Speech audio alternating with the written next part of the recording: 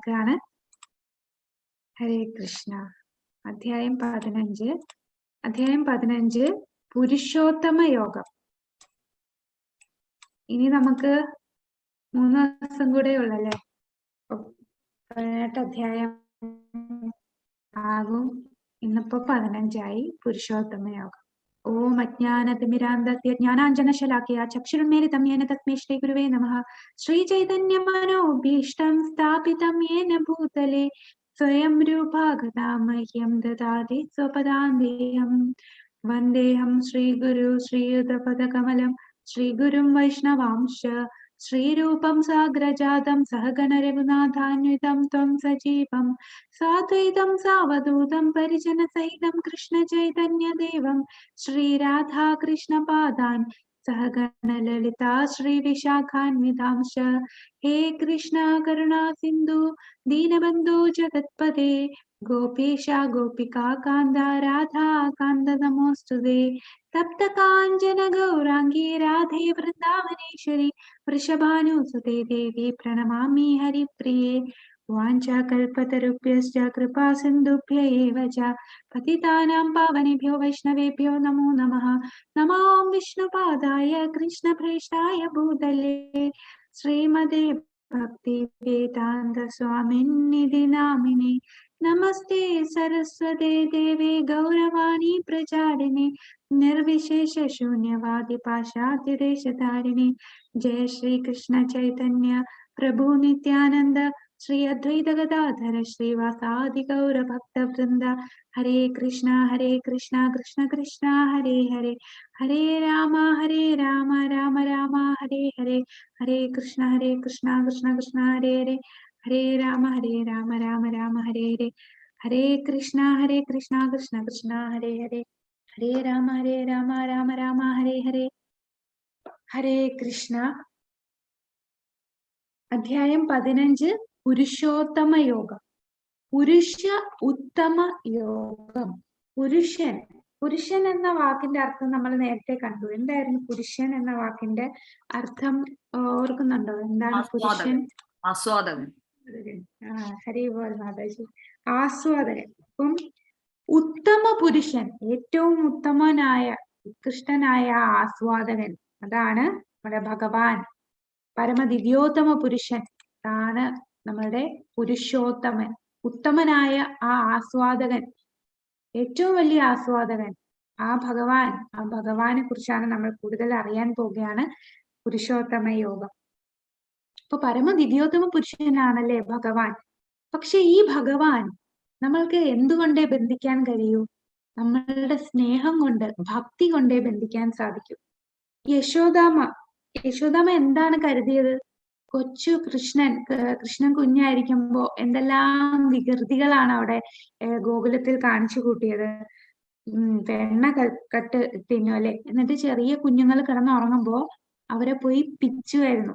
എന്തിനാ? അവരെ കരയിക്കാനായിട്ട്. അങ്ങനെ കുസൃതി കാണിച്ച് ഇങ്ങനെ കുടം കൊണ്ടുപോകുമ്പോ കുടം എല്ലാം പൊട്ടിക്കും, എല്ലാം വെണ്ണയും കട്ട് തിന്നും. ഇങ്ങനെയുള്ള കൃഷ്ണനെ ആലോചിച്ച് യശോദാമ്മ എന്താ വിചാരിക്കുന്നത്? യശോദാമ്മ ഇടയ്ക്ക് വടിയെടുത്ത് അടിക്കാൻ നോക്കും, ഉരലിൽ കെട്ടിയിടാൻ നോക്കും.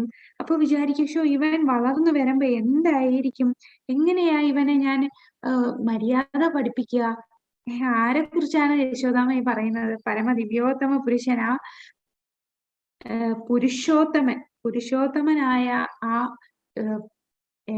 ഉത്തമ പുരുഷനായ ഭഗവാനെ കുറിച്ചാണല്ലേ യശോദാമ്മ ഇങ്ങനെ ചിന്തിക്കുന്നത്.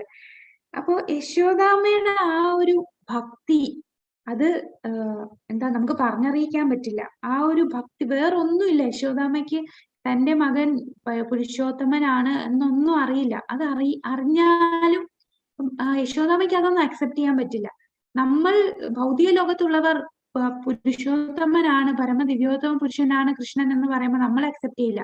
അത് നമ്മളുടെ അജ്ഞാനം കൊണ്ട്, നമ്മളുടെ അഹങ്കാരം കൊണ്ട്, ഈഗോ കൊണ്ടിട്ട്, ഇല്ല ഈ ഭൂമിയിൽ വേറെ ആരും ഇല്ല, മനുഷ്യനാണ് ഏറ്റവും വലിയ കണ്ടുപിടുത്തം നടത്തുന്നത്, മനുഷ്യനേക്കാൾ വലുതായിട്ട് ദൈവമില്ല എന്ന് ചിന്തിക്കുന്ന അങ്ങനെയുള്ള ആൾക്കാരാണ് നമ്മൾ. പക്ഷേ യശോദാമയെ പോലുള്ളവരുടെ ഭക്തി എന്ന് പറഞ്ഞാൽ അവരുടെ പ്രേമം കൊണ്ട്, ആ ഒരു സ്നേഹം കൊണ്ട്, ഒന്നും പ്രതീക്ഷിക്കാതെ ആ അനന്യമായ ഭക്തി കാരണമാണ് പുരുഷോത്തമനാണ് ഭഗവാൻ എന്ന് അക്സെപ്റ്റ് ചെയ്യാത്തത്.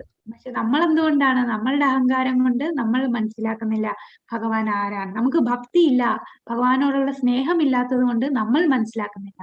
എന്നാൽ ഭഗവാനോടുള്ള അതിയായിട്ടുള്ള ആ സ്നേഹം കാരണം യശോദാമയെ പോലുള്ള ഭക്തർ മനസ്സിലാക്കുന്നില്ല ഭഗവാനാണ് പരമദിവ്യോത്തമ പുരുഷനെന്നും ഈ ഭഗവാനാണ് പുരുഷോത്തമൻ എന്നും. അപ്പൊ കഴിഞ്ഞ അധ്യായത്തിൽ നമ്മൾ എന്താണ് പഠിച്ചത്, ഓർക്കുന്നുണ്ടോ? എന്താണ് നമ്മൾ കഴിഞ്ഞ അധ്യായത്തിൽ പഠിച്ചത്? ഹരേ കൃഷ്ണ. ഭൗതിക പ്രകൃതിയുടെ ത്രിഗുണങ്ങൾ. ത്രിഗുണങ്ങൾ ഏതൊക്കെയാണ് ത്രിഗുണങ്ങൾ? സത്വം, രജസ്, തമസ്. സത്വഗുണം, രജോഗുണം, തമോ ഗുണം. അപ്പൊ ഈ 3 ത്രിഗുണങ്ങളെ കുറിച്ച് നമ്മൾ പഠിച്ചു. ഇതില് ഈ 3 ഉത്തമമായിട്ടുള്ളത് ഏത് ഗുണമാണ്? സത്വമാണോ രജോ? സത്വഗുണം. പക്ഷെ സത്വഗുണത്തിന് ഒരു പ്രശ്നമുണ്ട്. എന്താണ് ആ പ്രശ്നം? സത്വഗുണത്തിൽ അത് ആ ഗുണത്തിൽ ബന്ധിക്കപ്പെട്ടിരിക്കും. ആ ഗുണത്തിലുള്ള നമ്മൾ ആ സന്തോഷത്തിലും ജ്ഞാനത്തിലും ബന്ധിക്കപ്പെട്ടിരിക്കുകയാണ്. അതും ഒരു സ്വർണ്ണ ചങ്ങല പോലെയാണല്ലേ. അതും നമ്മളെ ജനന മരണത്തിൽ നിന്ന് രക്ഷിക്കുന്നില്ല സത്വഗുണത്തിലിരുന്നാൽ. എന്നാൽ ഏത് ഗുണത്തിൽ എത്തിയാലാണ് നമുക്ക് ഈ ത്രിഗുണങ്ങൾക്ക് അതീതമാകാൻ സാധിക്കുന്നത്? ആ ഗുണമാണ് വിശുദ്ധ സത്വഗുണം. വിശുദ്ധ സത്വഗുണം എന്ന് പറഞ്ഞാൽ ഈ ത്രിഗുണങ്ങൾക്ക് അതീതമാണ്. അതായത് നമ്മൾ ഭക്തിയുത സേവനം ചെയ്യുമ്പോൾ ആ ഗുണമാണ് വിശുദ്ധ സത്വഗുണം. ആ ഗുണത്തിൽ എത്തിയാലേ ജനന മരണ ചക്രത്തിൽ നിന്ന് രക്ഷപ്പെട്ട് നമുക്ക് ഭഗവാന്റെ അടുത്ത് എത്താൻ സാധിക്കുകയുള്ളൂ. ഇവിടെ എന്താണ് പുരുഷോത്തമ യോഗം എന്താണെന്നാണ് പറയുന്നത്. അപ്പോ ഭക്തിയുത സേവനം ചെയ്യണം എന്ന് പറഞ്ഞു. ഭക്തിയുത സേവനം ചെയ്യുക എന്ന് പറഞ്ഞാൽ ഭക്തിയുത സേവനത്തിൽ ഇരിക്കണമെങ്കിൽ നമ്മൾ 2 കാര്യങ്ങളായിരിക്കും. ഒന്ന്, ഭൗതികമായിട്ടുള്ളതിൽ നിന്ന് നമ്മൾ ഡിറ്റാച്ച്ഡ് ആകണം. അതിൽ നിന്ന് ബന്ധം വേർപെടണം. ഭൗതികതയിലുള്ള ആസക്തി നമുക്ക് കുറയ്ക്കണം. എന്നിട്ട് ഭഗവാനോടുള്ള ആസക്തി നമ്മൾ കൂട്ടണം. അതാണ് ഭക്തിയുത സേവനത്തിൽ ചെയ്യുന്നത്. ഇനി ആ ഭൗതികതയിൽ എങ്ങനെയാണ് ഈ ഭൗതിക ലോകം ഇരിക്കുന്നത്, അതിനകത്ത് എങ്ങനെ നമുക്ക് ആസക്തി കുറയ്ക്കാൻ പറ്റും, അത് ഈ ഒരു അധ്യായത്തിൽ നമുക്ക് ഭഗവാൻ പറഞ്ഞു തരുന്നുണ്ട്. ആദ്യത്തെ ശ്ലോകം നോക്കാം. ശ്രീ ഭഗവാനുവാച ഊർധ്വമൂലമധശാഖ മശ്വദ്ധം പ്രഹരം വ്യയം ചന്ദാമസി യസ്യ പർണാനി യസ്തം വേദ സ വേദവിദ്. പരമദിവ്യോത്തമ പുരുഷൻ പറഞ്ഞു, വേരുകൾ മേൽപോട്ടും ശാഖകൾ കീഴ്പോട്ടുമായിട്ട് അക്ഷയമായൊരു അശ്വത്ഥമുണ്ട്. അതിന്റെ ഇലകളാണ് വേദമന്ത്രങ്ങൾ. ഈ വൃക്ഷം എന്തെന്ന് അറിയുന്നവനത്രേ വേദജ്ഞൻ. അപ്പൊ ഭഗവാൻ എന്താണ് പറയുന്നത്? സാധാരണ ഒരു മരമെന്ന് പറയുമ്പോ താഴെ വേരും മുകളിലായിരിക്കും ശിഖരം. പക്ഷെ ഭഗവാൻ ഇവിടെ ഒരു പ്രത്യേകമായ ഒരു അശ്വത്ഥത്തെ കുറിച്ച് പറയുന്നു, ഒരു അരയാൽ. ആ അരയാൽ എങ്ങനെയാണ്? അതിന്റെ വേരുകൾ മുകളിലും ശാഖ കീഴ്പോട്ടുമായിട്ടുള്ള ഒരു അരയാലിനെ കുറിച്ചാണ് ഇവിടെ ഭഗവാൻ പറയുന്നത്. ആ മരത്തിന്റെ, ആ അരയാലിന്റെ ഇലകൾ എന്ന് പറയുന്നത് വേദമന്ത്രങ്ങൾ. വേദമന്ത്രങ്ങൾ എന്ന് പറയുമ്പോൾ നമുക്ക് ചെറിയ ചെറിയ വേദങ്ങളെ കുറിച്ചുള്ള ജ്ഞാനമാണ് വേദമന്ത്രങ്ങൾ. അപ്പൊ അതിന്റെ ഇലകൾ വേദമന്ത്രമാണ്. ഈ ഒരു വൃക്ഷത്തെ അറിയുന്നവൻ വേദജ്ഞൻ എന്ന് പറയും. ഈ ഒരു പിക്ചറിൽ നമുക്ക് കാണാൻ സാധിക്കും. ഇവിടെ ഗോലോക വൃന്ദാവനമാണ് മുകളിൽ കാണിച്ചിരിക്കുന്നത്. ശ്രീ രാധാകൃഷ്ണൻ സമേതനായിട്ട് ഉള്ള ലോകമാണ് ഗോലോക വൃന്ദാവനം. ആ ഗോലോക വൃന്ദാവനത്തിന്റെ താഴെയാണ് ഭൗതിക ലോകം. ഈ ഭൗതിക ലോകത്തിനെ നമ്മുടെ ഡിസയർ ആഗ്രഹം കാരണം ഇതിന്റെ നേരെ തിരിഞ്ഞുള്ള ഒരു ലോകമാണ്. അതായത് ഈ സാധാരണ മരത്തിന്റെ വേര് താഴെയും ശാഖകൾ മുകളിലോട്ടുമാണ്. ഇവിടെ എന്താണ്? വേരാണ്. വേര് മുകളിലും ശാഖ താഴെയുമാണ്. താഴോട്ട് ശാഖകൾ, വേര് മുകളിൽ. അത് നമ്മളുടെ ആഗ്രഹം കാരണമാണ് ഇങ്ങനെ ഒരു അശുദ്ധം വരുന്നത്. ആ അശുദ്ധത്തിന് എന്തൊക്കെയുണ്ട്? അതിന് ചില്ലകൾ കാണും, അതുപോലെ ഇലകൾ കാണും, കായ്കൾ കാണും, ശാഖകൾ കാണും. ഇതിൽ ഓരോന്നും എന്താണ് ഓരോന്നും പറഞ്ഞിരിക്കുന്നത്? ഇല എന്ന് പറയുന്നത് വേദമന്ത്രങ്ങളാണ്. അതായത് നമ്മളുടെ ചെറിയ ജ്ഞാനം, വേദങ്ങളെ കുറിച്ചുള്ള ജ്ഞാനം. ഇനി ഇതിനകത്തുള്ള ചില്ലകൾ എന്ന് പറയുന്നത് നമ്മുടെ ഇന്ദ്രിയ വിഷയങ്ങളാണ്. കണ്ണ്, മൂക്ക്, നാവ്, ത്വക്ക്, ഇതിനൊക്കെയുള്ള ആ ഇന്ദ്രിയ വിഷയങ്ങൾ. ഇനി ഇതിനകത്ത് കുറെ പഴങ്ങൾ കാണും ഈ ഒരു വൃക്ഷത്തില്. ആ പഴങ്ങൾ എന്ന് പറയുന്നത് ധർമ്മ, അർത്ഥ, കാമ, മോക്ഷം, അതാണ് ആ പഴങ്ങൾ. പിന്നെ ഇതിനകത്ത് വേരുകൾ എന്ന് പറഞ്ഞാൽ ആദ്യവും അന്ത്യവും ഒന്നും മനസ്സിലാവില്ല, അങ്ങ് നീണ്ടിരിക്കുകയാണ്. ഇവിടെ ഭഗവാൻ ഈ മരത്തിനെ അരയാല് വെച്ചിട്ടാണ് ഉപമിച്ചിരിക്കുന്നത്. എന്തുകൊണ്ടാണ് ആൽമരത്തിന്റെ പ്രത്യേകത എങ്ങനെയാണ്? എന്തുകൊണ്ടാണ് ആ ഒരു മരം പറഞ്ഞത്? മറ്റു മരങ്ങളൊന്നും പറയാതെ ഭഗവാൻ അരയാലിനെയാണ് ഇവിടെ അശുദ്ധമായിട്ടാണ് പറഞ്ഞിരിക്കുന്നത്. എന്താണ് ആ ഒരു ആലിന്റെ വേരെങ്ങനെയാണ്? ആലിന്റെ വേരിന്റെ പ്രത്യേകത എന്താണ്? ആൽമരം. ഹരേ കൃഷ്ണ. ഹരേ കൃഷ്ണ, ഞാൻ പറയുന്നത് കേൾക്കുന്നുണ്ടോ മാതാജി? ഹരേ കൃഷ്ണ. കേൾക്കാൻ പറ്റുന്നില്ലേ? മാതാജി, ഹരേ കൃഷ്ണ. കേൾക്കാം. Okay.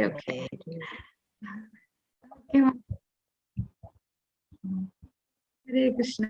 Okay, thank you Mataji. അപ്പൊ നമ്മുടെ ആൽമരത്തിന്റെ പ്രത്യേകത എന്താണ്? ആൽമരത്തിന്റെ വേരെങ്ങനെയാണ്? ആലിന്റെ വേരെന്ന് പറഞ്ഞാൽ കിലോമീറ്റർ കണക്ക് ഇങ്ങനെ വേര് നീണ്ടു കിടക്കും. എവിടെയാണ് അത് അവസാനിക്കുന്നത് നമുക്ക് അറിയാൻ പറ്റില്ല. അത്രയ്ക്കും ദൂരെ ആണ് ആ ആലിന്റെ വേരുകൾ ഇങ്ങനെ പിടിച്ചു പോകും. അതുകൊണ്ടാണ് അരയാലിനെ തന്നെ ഭഗവാൻ ഇവിടെ ഉപമിച്ചിരിക്കുന്നത്.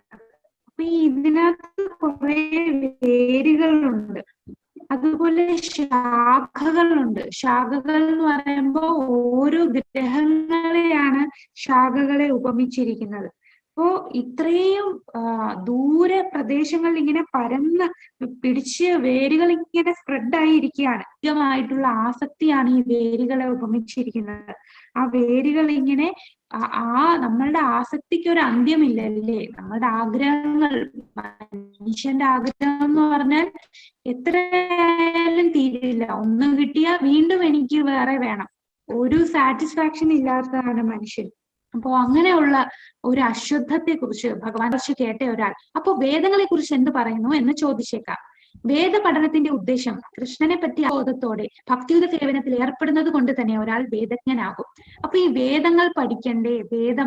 ഒത്തിരി പേര് വേദത്തിൽ പണ്ഡിതന്മാര് വരെ ഉണ്ട്. പക്ഷെ അവർക്കൊന്നും എന്താണ് ഇതിന്റെ കൺക്ലൂഷൻ, ഈ വേദങ്ങളെല്ലാം അറിയുന്നത് എന്തിനാണ് എന്ന് അവർ മനസ്സിലാക്കുന്നില്ല.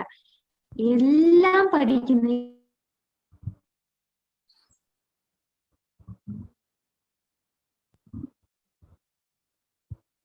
ഹരേ കൃഷ്ണ. നെറ്റ് കട്ടായി പോയല്ലേ മാതാജി? ഇപ്പൊ കേൾക്കുന്നുണ്ടോ? കേൾക്കാം. ഓക്കെ മാതാജി. അപ്പൊ നമ്മള് ഇവിടെ വേദങ്ങളെ പറയുന്നു.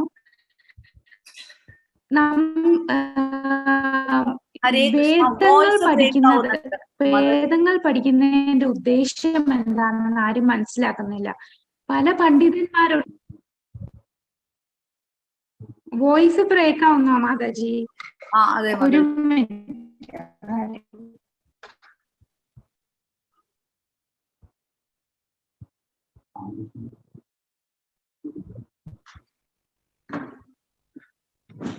ഹരേ കൃഷ്ണ മാതാജി. ഇപ്പൊ കേൾക്കുന്നുണ്ടോ? കേൾക്കാം മാതാജി.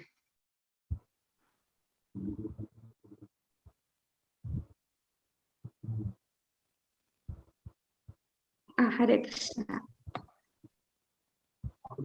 ഹരേ കൃഷ്ണ.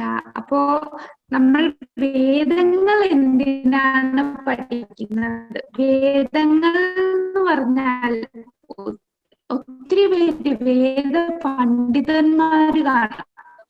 എല്ലാ ശ്ലോകങ്ങളും കാണാതെ പഠിച്ച് അതിന്റെ അർത്ഥമെല്ലാം പറയും. പക്ഷെ ഇവർക്കൊന്നും വേദം പഠിക്കുന്നതിന്റെ ഉദ്ദേശം എന്താണെന്ന് മനസ്സിലാവുന്നില്ല.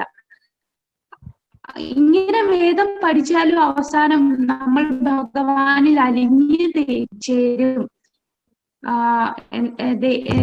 ബ്രഹ്മജ്യോതിയിലാണ് അവർ അവസാനിക്കുന്നത്. ദൈവം എന്ന് പറയുന്നത് അവ്യക്തവാദികളായിട്ട് അവര് മാറുകയാണ്. വേദങ്ങൾ ഇത്രയും പഠിച്ചിട്ടും വേദ പഠനത്തിന്റെ ഉദ്ദേശം എന്താണെന്ന് ഈ അധ്യായത്തിൽ ഭഗവാൻ പറഞ്ഞു തരികയാണ്. വേദം പഠിച്ചാലും അതിന്റെ കൺക്ലൂഷൻ അത് ഭഗവാൻ അറിയുകയാണ്. ഈ എല്ലാം നമ്മൾ പഠിക്കേണ്ടത്. അപ്പൊ ഈ ഒരു ഇലകളാണ് വേദ മന്ത്രങ്ങൾ എന്ന് പറയുന്നത്. അപ്പൊ ഈ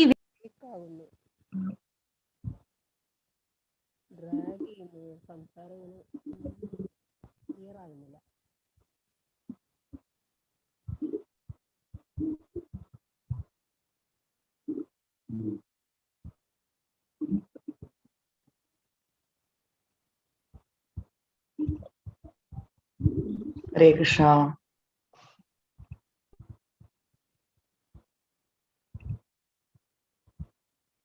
ഹരേ കൃഷ്ണ. ഇന്ന് നെറ്റ് പ്രശ്നം ഉണ്ടെന്ന് തോന്നുന്നു അല്ലേ? ഹരേ കൃഷ്ണ. ഇപ്പൊ കേൾക്കുന്നുണ്ടോ? കേക്കുന്നുണ്ട്. പെട്ടെന്ന് കേറിപ്പോയതാ. കേക്കുന്നുണ്ട് ഇപ്പൊ. ഷെയർ ചെയ്തിട്ടില്ല കേട്ടോ.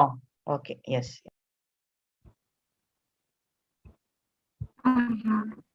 വോയിസ് ഇപ്പൊ ബ്രേക്ക് ആവുന്നുണ്ടോ മാതാജി? കുറേശ്ശെ ബ്രേക്ക് ആവുന്നുണ്ട്.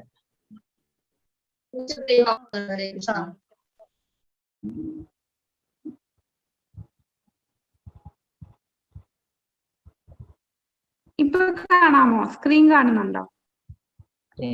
സ്ക്രീൻ കാണുന്നുണ്ട്. Okay okay.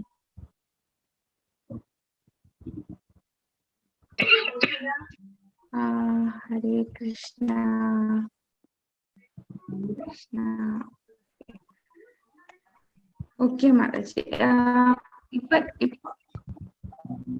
സ്ക്രീൻ കാണാൻ തുടങ്ങി അല്ലേ? സ്ക്രീൻ കാണുന്നുണ്ട് മാതാജി, പക്ഷെ സൗണ്ട് ഒന്ന് ബ്രേക്ക് ആവുന്നുണ്ട്. അത്ര തന്നെ. അപ്പോ കൃഷ്ണാവ് ബോധത്തോടെ ഭക്തിയുത സേവനത്തിൽ ഏർപ്പെടുന്നത് കൊണ്ട് തന്നെ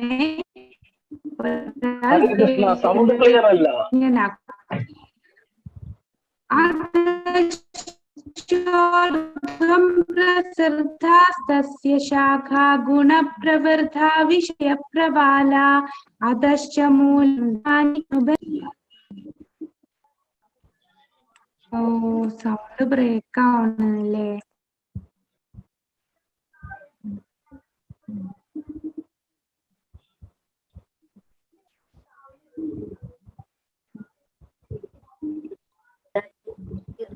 പിന്നെ വീഡിയോ ഒന്ന് ഓഫ് ചെയ്തിട്ട് നമ്മൾ ഓഡിയോയിൽ തന്നെ പറഞ്ഞ് കുറച്ചു നേരം തന്നാലും മതി. ചിലപ്പോൾ ക്ലിയർ ആവുന്നു. ഹരേ കൃഷ്ണ മാതാജി. ഇപ്പൊ ഹരേ കൃഷ്ണ. ഇപ്പൊ കേൾക്കണുണ്ടോ മാതാജി? ഇപ്പൊ കേൾക്കുന്നുണ്ട്, ക്ലിയർ ആയിട്ട് നമുക്ക് കേൾക്കാം. വീഡിയോ അപ്പൊ കുറച്ചു നേരത്തേക്ക് ഓഫ് ചെയ്താൽ മതി.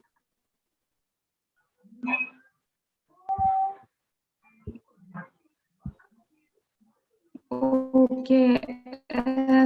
സ്ക്രീനും കാണുന്നില്ലേ? അപ്പൊ ഞാൻ എന്തായാലും പറഞ്ഞു പോവാം.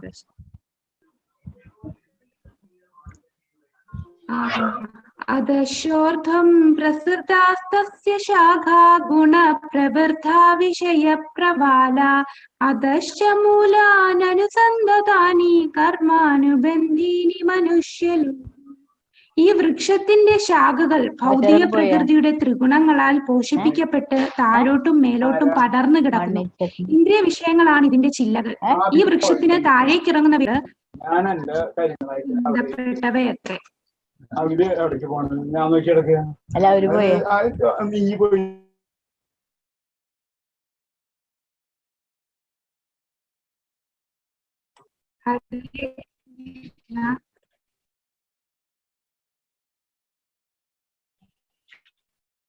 ഹരേ കൃഷ്ണ.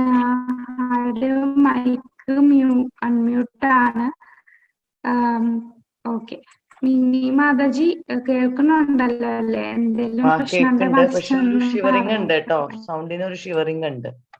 ഹരേ പക്ഷെ കൃഷ്ണ. കാണുന്നുണ്ട്, അപ്പൊ ഇവിടെ ഷെയറിങ് നമ്മള് കാണുന്നുണ്ട് കേട്ടോ. ഭഗവാൻ പറയുന്ന ആ ശാഖകൾ എങ്ങനെയാണെന്നാണ് പറയുന്നത്. ആ ശാഖകൾ ഈ പ്രകൃതിയുടെ ത്രിഗുണങ്ങളാൽ പോഷിപ്പിക്കപ്പെട്ടിരിക്കുകയാണ്. അപ്പൊ നമ്മൾ ഈ ത്രിഗുണങ്ങൾ ബന്ധിക്കപ്പെട്ടിട്ടാണ്. Okay okay okay Mataji. അപ്പോ ഈ ഒരു വൃക്ഷത്തിന്റെ ശാഖകൾ പ്രകൃതിയുടെ ത്രിഗുണങ്ങളാൽ പോഷിപ്പിക്കപ്പെട്ട് താഴോട്ടും മേലോട്ടും പടർന്നു കിടക്കുന്നു. ഇന്ദ്രിയ വിഷയങ്ങളാണ് ചില്ലകൾ. ഇതില് നമുക്ക് കാണാം ഒരു മരം, അതിനകത്ത്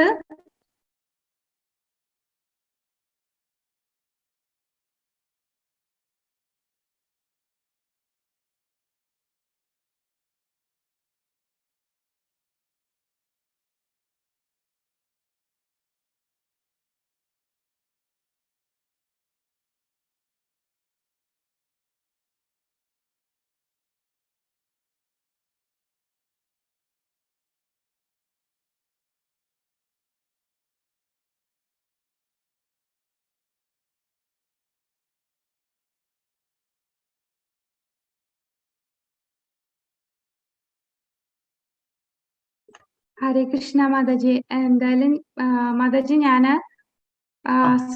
സ്ക്രീൻ ഷെയർ ചെയ്യാതെ പറയാം. അപ്പൊ ചിലപ്പോ കുറച്ചുകൂടെ നെറ്റ്. അതാ നല്ലത്. ഹരേ കൃഷ്ണ. അപ്പോ ഇവിടെ ഒരു മരത്തിന്റെ കാര്യം പറഞ്ഞല്ലോ. ആ മരമാണ് അശ്വത്ഥം. നമ്മുടെ അരയാല് തല തിരിഞ്ഞുള്ള അരയാലാണ് കാണിച്ചിരിക്കുന്നത്. അതിന്റെ ശാഖകൾ താഴോട്ട്, അതിന്റെ വേരുകൾ മുകളിലോട്ട്. ഈ വേരുകൾ ഇങ്ങനെ താഴ്ന്നിറങ്ങിയിരിക്കുകയാണ് ഈ വൃക്ഷത്തിന്റെ. അത് നമ്മൾ മനുഷ്യരുടെ ആ ഫലോദിഷ്ട കർമ്മമാണ് ഉദ്ദേശിക്കുന്നത്. മനുഷ്യ സമുദായത്തിന്റെ ഫലോദിഷ്ട കർമ്മമാണ് ഈ ഓരോ വേരുകളും കാണിച്ചിരിക്കുന്നത്. ഇനി ഈ വൃക്ഷത്തിന് ഇത് പറഞ്ഞ തലതിരിഞ്ഞുള്ള വൃക്ഷം എന്നാണ് പറഞ്ഞത്. അപ്പൊ ശരിക്കും ഒരു വൃക്ഷം കാണുമല്ലോ, യഥാർത്ഥ രൂപമുള്ള ഒരു വൃക്ഷം. ആ യഥാർത്ഥത്തിലുള്ള അത് ഏതാണ്? അത് നമ്മളുടെ ആധ്യാത്മിക ലോകമാണ്. ഇപ്പൊ യഥാർത്ഥ രൂപമുള്ള ആ വൃക്ഷം ആധ്യാത്മിക ലോകത്തിലും തലതിരിഞ്ഞുള്ളതാണ് നമ്മളുടെ ഈ ഭൗതിക ലോകത്തിലും. അപ്പോ ഈ പറയുന്ന വൃക്ഷത്തിന് ആരംഭമോ അവസാനമോ അടിസ്ഥാനമോ നമുക്ക് കണ്ടെത്താൻ സാധിക്കുകയില്ല.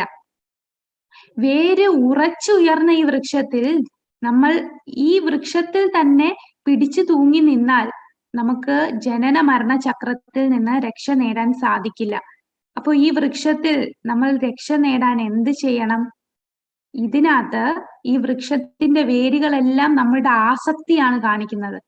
നമ്മൾ ഈ ഭൗതികതയെ നിശ്ചയദാർഢ്യത്തോടുകൂടി വിരക്തിയുടെ ആയുധത്താൽ ഛേദിക്കുകയാണ് ചെയ്യേണ്ടത്.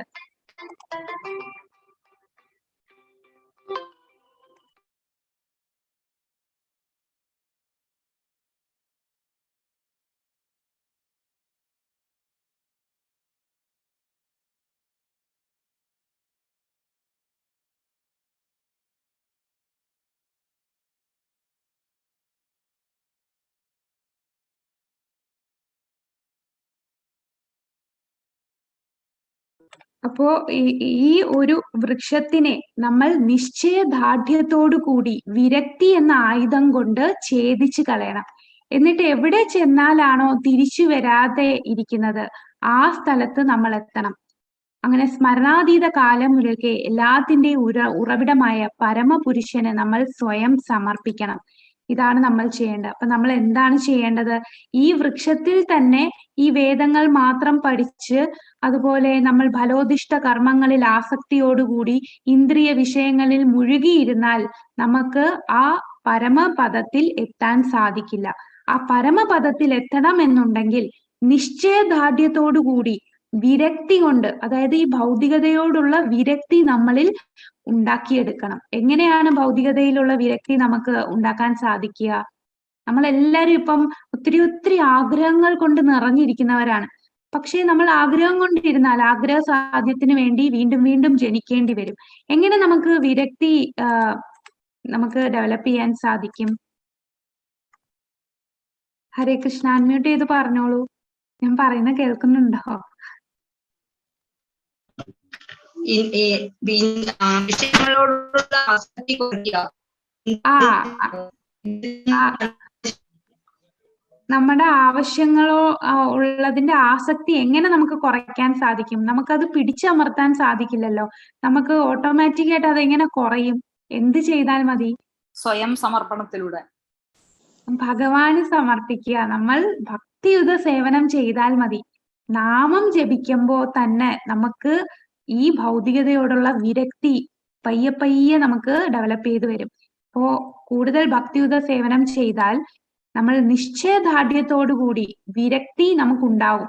ആ നിശ്ചയദാർഢ്യത്തോടുകൂടി ആ വിരക്തി എന്ന ആയുധം കൊണ്ട് ഈ മരത്തിനെ ഛേദിച്ച് കളയണം. ഈ തല കീഴായിട്ടുള്ള ഈ മരത്തിനെ. എന്നിട്ട് എവിടെയാണോ ചെല്ലേണ്ടത്? ഭഗവാന്റെ അടുത്ത്, ആദിപുരുഷനായ പരമപുരുഷനായ ഭഗവാന്റെ അടുത്ത്. ആ ഭഗവാന്റെ ദിവ്യപദം, അവിടെ സ്മരണാതീത കാലം മുഴുക്കെ ഉള്ള എല്ലാത്തിന്റെയും ഉറവിടമായ ആ പരമപുരുഷനിൽ സ്വയം സമർപ്പിക്കുകയാണ് നമ്മൾ വേണ്ടത്. ഇപ്പൊ നമ്മൾ വിചാരിക്കും, എന്തുകൊണ്ടാണ് നമ്മൾ അവിടെ? കഴിഞ്ഞ ക്ലാസ്സിൽ നമ്മൾ പറഞ്ഞു, നമ്മളുടെ പിതാവിന് വേറൊരു പിതാവുണ്ട്, ഞാൻ ഇന്നയാളുടെ പുത്രൻ, അങ്ങനെ വന്ന് പറയുമ്പോ ബ്രഹ്മാവിന്റെ അടുത്തെത്തും. ബ്രഹ്മാവ് ആരുടെ പുത്രനാണ്? ഗർഭോദകശായി വിഷ്ണുവിൽ നിന്നാണ് ബ്രഹ്മാവ് ഉണ്ടായത്. ഈ ഗർഭോദകശായി വിഷ്ണു എവിടെ നിന്ന് വന്നു? ശ്രീ ഭഗവാനിൽ നിന്നും. അപ്പൊ അവിടെ നമ്മൾ അവസാനിക്കുകയാണ്. ഭഗവാന്റെ മുകളിൽ വേറെ ആരുമില്ല.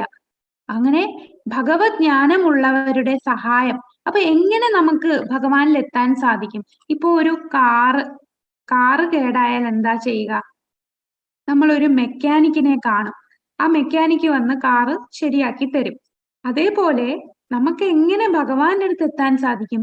അത് ഭഗവാനെ കുറിച്ച് കൂടുതൽ അറിഞ്ഞ ഒരു ആധ്യാത്മിക ഗുരുവിൽ കൂടെയാണ് നമുക്ക് ഭഗവാനിൽ എത്താൻ സാധിക്കുക.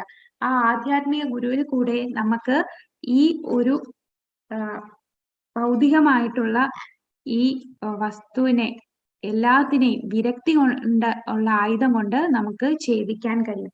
അപ്പോ ഒരു കാറ് ചീത്തയായാൽ ഒരു മെക്കാനിക്ക് ശരിയാക്കുന്നത് പോലെ നമ്മൾ എന്ത് ചെയ്യണം? നമ്മൾ ആ ആധ്യാത്മികമായ കാര്യങ്ങളും ആധ്യാത്മിക ഗുരുവിൽ നിന്ന് നമ്മൾ മനസ്സിലാക്കണം. ഇവിടെ എന്ത് ചെയ്യണമെന്നാണ് പറയുന്നത്? മായയുടെ നിഴലിൽ ആസക്തരായി ഇരിക്കുകയാണ് നമ്മൾ എല്ലാരും. അപ്പൊ നമ്മൾ ദിവ്യോത്തമ പുരുഷനെ അറിയണമെന്നുണ്ടെങ്കിൽ അതറിഞ്ഞ ഒരു ഭഗവാനെ കുറിച്ച് ജ്ഞാനമുള്ള ആൾക്കാരിൽ, ആ ഭക്തന്മാരുടെ സഹവാസം കൊണ്ട് നമുക്ക് ഈ വൃക്ഷത്തെ ഛേദിക്കാൻ കഴിയും. അങ്ങനെ ജ്ഞാനം കൊണ്ട് മായാവൃക്ഷത്തോടുള്ള ബന്ധനം മറുത്ത് യഥാർത്ഥ വൃക്ഷത്തിൽ സ്ഥിതി ചെയ്യുവാൻ നമുക്ക് സാധിക്കും. ഹരേ കൃഷ്ണ. കേൾക്കുന്നുണ്ടോ മാതാജി? ഹരേ കൃഷ്ണ. കേൾക്കാം മാതാജി. കേൾക്കുന്നുണ്ട്. ഹരേ കൃഷ്ണ, കേൾക്കുന്നുണ്ട്. ഓക്കെ. ഹരേ കൃഷ്ണ. ഇടയ്ക്ക് കട്ടാവുന്നുണ്ട്. ഇനി കട്ടാവുകയാണെങ്കിൽ എന്തായാലും അനിൽ പ്രഭു വന്നിട്ടുണ്ട്.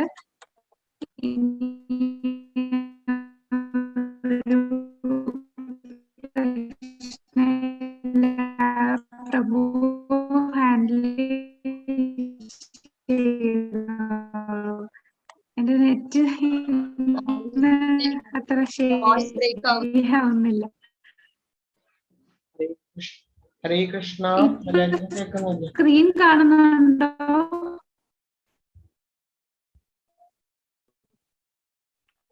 ഹരേ കൃഷ്ണ. നെറ്റ് കട്ട് ചെയ്ത് പോകുന്നതാണ്. സ്ക്രീൻ ഷെയർ ചെയ്യുമ്പോഴാണെന്ന് തോന്നുന്നു പ്രശ്നം വരുന്നത്. പറയുന്നത് ക്ലിയർ ആവണില്ല. നിർമാനമോഹാജിത സംഘം. പ്രഭു കേൾക്കുന്നുണ്ട്? പ്രഭുവിനെ കേൾക്കുന്നുണ്ട്, പക്ഷെ ഇടയ്ക്കിടയ്ക്ക് ഇങ്ങനെ കട്ടായി പോവുക വോയിസ്. മാതാജി സ്ക്രീൻ ഷെയർ ഇല്ലാത്ത സമയത്ത് കട്ടാവുന്നുണ്ടല്ലേ പ്രഭു? ഹരേ കൃഷ്ണ. ഓക്കെ. എനിക്ക് ഒന്ന് സ്ക്രീൻ ഷെയർ ചെയ്യുമ്പോ അത് ക്ലിയർ ആവണില്ല.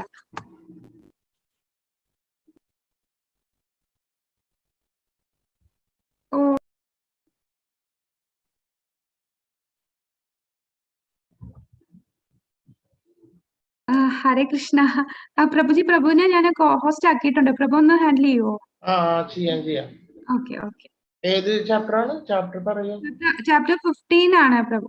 ആ, ഓക്കെ. 5ാമത്തെ ശ്ലോകമായി, 5ാമത്തെ ശ്ലോകം വരെ എത്തി. 15. ആ, 15. 15. ഓക്കെ.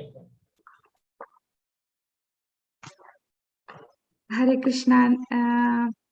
ഓക്കെ, എന്റെ നെറ്റ്വർക്ക് ശരിയാവണില്ല. അപ്പൊ എന്തായാലും അനിൽ പ്രഭു ഹാൻഡിൽ ചെയ്തോളും. ഹരേ കൃഷ്ണ.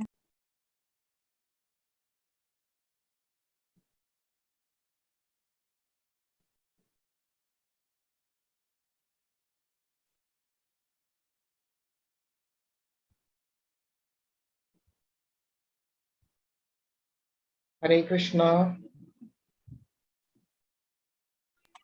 ഹരേ ഹരേ കൃഷ്ണ. കൃഷ്ണ. ഹരേ ഹരേ കൃഷ്ണ.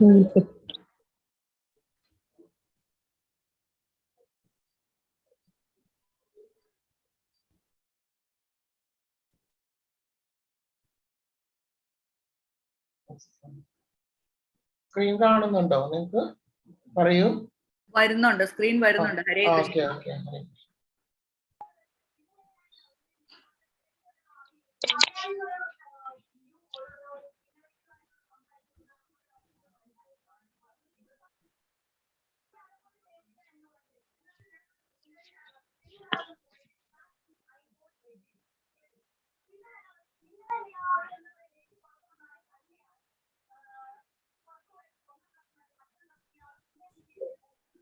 ഹരേ കൃഷ്ണ. സ്ക്രീൻ ഇപ്പോഴും ബ്ലാങ്ക് ആണ്.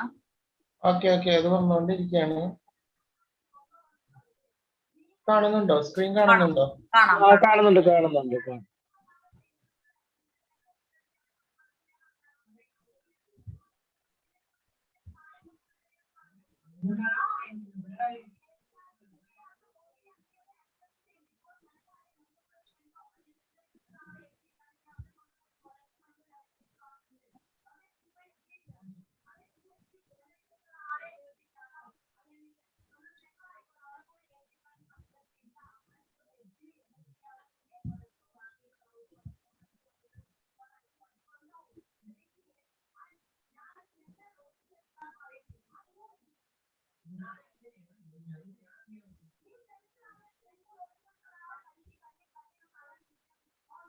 നിർമ്മാനമോഹ. ക്ലിയർ ആണോ? സ്ക്രീൻ ക്ലിയർ ആണോ? ക്ലിയർ ആണ്, ക്ലിയർ. ഓക്കെ. സ്ക്രീൻ അതുമാതിരി വോയിസ്, എന്റെ വോയിസ് ക്ലിയർ ആയിട്ട് കേൾക്കുന്നുണ്ടോ എല്ലാവർക്കും? പറയൂ. കേൾക്കുന്നുണ്ട്. ഓക്കെ. ഹരേ കൃഷ്ണ. ഹരേ കൃഷ്ണ. ഹരേ കൃഷ്ണ ഹരേ കൃഷ്ണ കൃഷ്ണ കൃഷ്ണ ഹരേ ഹരേ, ഹരേ രാമ രാമ രാമ ഹരേ ഹരേ. എല്ലാവർക്കും എന്റെ നമസ്കാരം.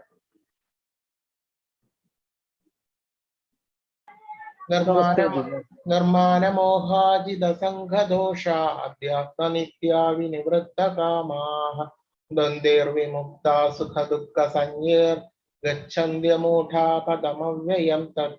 മിഥ്യാഭിമാനം, മായാമോഹം, ദുസ്സംസർഗം എന്നീ ദോഷങ്ങൾ ഒഴിഞ്ഞ് ഭൗതിക തൃഷ്ണയിൽപ്പെടാതെ സനാതന തത്വത്തെ അറിഞ്ഞ് സുഖദുഃഖാദികളായ ദ്വന്ദ്ങ്ങളിൽ നിന്ന് മോചിതരായി വിഭ്രാന്തരാകാതെ പരമപുരുഷനെ സ്വയം സമർപ്പിക്കുന്നത് എങ്ങനെയെന്ന് അറിയുന്നവർ പരമമായ ശാശ്വത സാമ്രാജ്യം പ്രാപിക്കും എന്ന് പറയുന്നു. അപ്പൊ നമുക്ക് വളരെയധികം പലതരത്തിലുള്ള മിസ്റ്റേക്സ് എല്ലാം ഉണ്ട്, എല്ലാവർക്കും ഉണ്ട്. നമ്മൾ പ്രവർത്തികളെല്ലാം ചെയ്യുമ്പോൾ പലതരത്തിലുള്ള വിദ്യാഭിമാനങ്ങളെല്ലാം വരാം, അതുമാതിരി അഹങ്കാരം വരാം, അതുമാതിരി മായാമോഹം, ദുസ്സംസർഗം, നമ്മളുടെ കർമ്മത്തിൽപ്പെട്ട് പോകുന്ന സമയത്ത് അധർമ്മികളായിട്ടുള്ള ആൾക്കാരോട് കൂടി ചേരാൻ സാധ്യതയുണ്ട്. അപ്പൊ ഇങ്ങനെയുള്ള പലതരത്തിലുള്ള ദോഷങ്ങളെല്ലാം നമുക്ക് ഭൗതികമായിട്ടുള്ള സംസാര സാഗരത്തിൽ ആ ഒരു ലോകത്തിൽ നിന്ന് നമുക്കെല്ലാം കിട്ടും. അങ്ങനെ വരുമ്പോ നമ്മൾ എന്ത് ചെയ്യണം? നമ്മള് യഥാർത്ഥമായിട്ടുള്ള ഭക്തിയുത സേവനമാണ് നമ്മൾ ചെയ്യേണ്ടത്. ഹരേ കൃഷ്ണ മഹാമന്ത്രം ജപിച്ചിട്ട് നമ്മള് ധാർമ്മികമായിട്ടുള്ള നമുക്ക് കിട്ടിയിട്ടുള്ള പ്രവർത്തികൾ എന്താണോ അതെല്ലാം നമ്മള് ചെയ്യണം. ചെയ്തു കഴിഞ്ഞാല് നമ്മൾ ഇത്തരത്തിലുള്ള ആ മിഥ്യാഭിമാനം, മായാമോഹം, ഇങ്ങനെയുള്ള ദോഷങ്ങളെല്ലാം ഭഗവാൻ തന്നെ അത് ഭസ്മമാക്കി കളയാണ് ചെയ്യുന്നത്. അങ്ങനെ നമ്മുടെ ദോഷങ്ങളെല്ലാം ഒഴിഞ്ഞു പോകുന്ന സമയത്താണ് നമുക്ക് സനാതന തത്വം, നമ്മുടെ ജ്ഞാനം, ഭഗവാനെ കുറിച്ചിട്ടുള്ള ശരിയായ ജ്ഞാനം, നമ്മളെ കുറിച്ച്, നമ്മുടെ ആത്മാവിനെ കുറിച്ചിട്ടുള്ള ശരിയായിട്ടുള്ള ജ്ഞാനം നമുക്ക് കിട്ടുന്നത്. ഇങ്ങനെ എന്നിരുന്നാൽ തന്നെയും നമുക്ക് എന്തുണ്ടാവും? സുഖ ദുഃഖങ്ങളെല്ലാം നമുക്ക് പിന്നെയും വരും. അതെല്ലാ ദ്വന്ദ്ങ്ങളിൽ തന്നെ നമ്മൾ ഇരുന്നും കൊണ്ട് നമ്മൾ അതിന്റെ എന്താണെന്ന് നമുക്ക് തിരിച്ചറിഞ്ഞു കഴിഞ്ഞാൽ പിന്നെ നമുക്ക് അതിനെ കുറിച്ചിട്ട് യാതൊരു വിഷമങ്ങളോ അതുമാതിരി അതിനെ കുറിച്ചിട്ട് വളരെയധികം ബോധേടാവുന്ന ഒരു രീതിയോ വരികയില്ല. അപ്പൊ നമ്മൾ അതിൽ നിന്നെല്ലാം മോചിതരായിട്ട് അതിൽ അസുഖ ദുഃഖങ്ങളിലൊന്നും വിഭ്രാന്തരാകാതെ പരമപുരുഷന് തന്നെ സ്വയം സമർപ്പിച്ചിട്ട് എങ്ങനെയാണ് ജീവിതം മുന്നോട്ട് പോകേണ്ടതാണ്. അങ്ങനെ വരുമ്പോൾ മാത്രമേ ഭഗവാന്റെ സ്വധാമമായിട്ടുള്ള ആ സാമ്രാജ്യത്തിലേക്ക് നമുക്ക് എത്താൻ വേണ്ടിയിട്ട് സാധിക്കുകയുള്ളൂ. നദദ്ഭാസയത്തെ സൂര്യോ ന ശശാങ്കോ ന പാവക യദ്ഗത്വാ ന നിവർത്തന്തേ തദ്ധാമ പരമം മമ. പരമമായ എന്റെ ആവാസ സ്ഥാനത്ത് സൂര്യചന്ദ്രന്മാരോ അഗ്നിയോ വൈദ്യുതിയോ വെളിച്ചം വീശുന്നില്ല. അവിടെ ചെന്നെത്തിയവർ ഒരിക്കലും ഭൗതിക ലോകത്തേക്ക് തിരിച്ചു വരികയില്ല. അപ്പൊ നമ്മൾ കഴിഞ്ഞ മുമ്പത്തെ അധ്യായങ്ങളിലെല്ലാം പറഞ്ഞു, നമ്മൾ പല വിധത്തിലുള്ള ആരാധനകളെല്ലാം ചെയ്യുന്നുണ്ട്. സാത്വിക ആരാധന ചെയ്യുന്ന ആൾക്കാരുണ്ട്, അതുമാതിരി രാജസിക ആരാധന ചെയ്യുന്നുണ്ട്, അതുമാതിരി താമസിക ആരാധന എല്ലാം നമ്മൾ കഴിഞ്ഞ അധ്യായത്തിലെല്ലാം കണ്ടു. അപ്പോ മഹാപുരുഷനായിട്ടുള്ള ആ ഭഗവാനെ തന്നെയുള്ള ആരാധന അതെല്ലാം ചെയ്ത് ഹരേ കൃഷ്ണ മഹാമന്ത്രം എല്ലാം ചൊല്ലി ജീവിതം മുന്നോട്ട് നീങ്ങുന്ന ഒരാൾക്കാണ് എവിടെ ഭഗവാന്റെ ധാമത്തിന് അധികാരിയായിട്ട് വരുന്നത്. അങ്ങനെയുള്ള ആ സ്ഥലത്ത് ഭഗവാൻ തന്നെ നേരിട്ട് പറയാണ്, അവിടെ സൂര്യനോ ചന്ദ്രനോ അഗ്നിയോ വെളിച്ചമോ ഇല്ല. പിന്നെ എങ്ങനെയാണ് അവിടെ വെളിച്ചം വരുന്നത്? ഭഗവാനിൽ നിന്ന് തന്നെയുള്ള ആ തേജസ് തന്നെയാണ് അവിടെ വെളിച്ചം വരുന്നത്. അല്ലാതെ വേറെ ഒരു സ്ഥലത്തു നിന്നുള്ള വെളിച്ചമല്ല അവിടെ വരുന്നത്. അവിടെ ചെന്നെത്തി കഴിഞ്ഞാൽ പിന്നെ ഒരിക്കലും ഭൗതിക ലോകത്തേക്ക് തിരിച്ചു വരേണ്ടതായിട്ടില്ല. മറ്റു ഊർധ്വലോകങ്ങളിലെല്ലാം നമ്മൾ പോയിട്ടുണ്ടെന്നുണ്ടെങ്കിൽ നമ്മുടെ പുണ്യമെല്ലാം ക്ഷയിച്ചു കഴിഞ്ഞാൽ നമുക്ക് തിരിച്ച് ഈ ഭൂലോകത്തേക്ക് തന്നെ വരേണ്ടതായിട്ടുണ്ട്. അപ്പൊ നമ്മൾ ഒരിക്കലും ഈ പുണ്യങ്ങളെല്ലാം ചെയ്തു കഴിഞ്ഞാലും ഈ സംസാര ചക്രത്തിൽ നിന്ന് ഒരിക്കലും പുറത്തേക്ക് പോവുകയില്ല. ഭഗവാനെ കുറിച്ചുള്ള സ്മരണയും യഥാർത്ഥ രീതിയിലുള്ള ഭക്തിയുത സേവനവും മാത്രമാണ് നമ്മുടെ സംസാര ചക്രത്തിൽ നിന്ന്, ആ ജീവചക്രത്തിൽ നിന്ന് നമുക്ക് പുറത്തേക്ക് പോകാൻ വേണ്ടിയിട്ട് ഈ ഒരു കാര്യം മാത്രമാണ് ചെയ്തു കഴിഞ്ഞാൽ നമുക്ക് ജീവചക്രത്തിൽ നിന്ന് പുറത്തേക്ക് പോകാൻ സാധിക്കുകയുള്ളൂ. അങ്ങനെ വരുമ്പോൾ മാത്രമാണ് നമുക്ക് പിന്നെ ഈ ഭൗതിക ലോകത്തേക്ക് തിരിച്ചു വരേണ്ടതായിട്ട് ഇല്ലാത്തത്.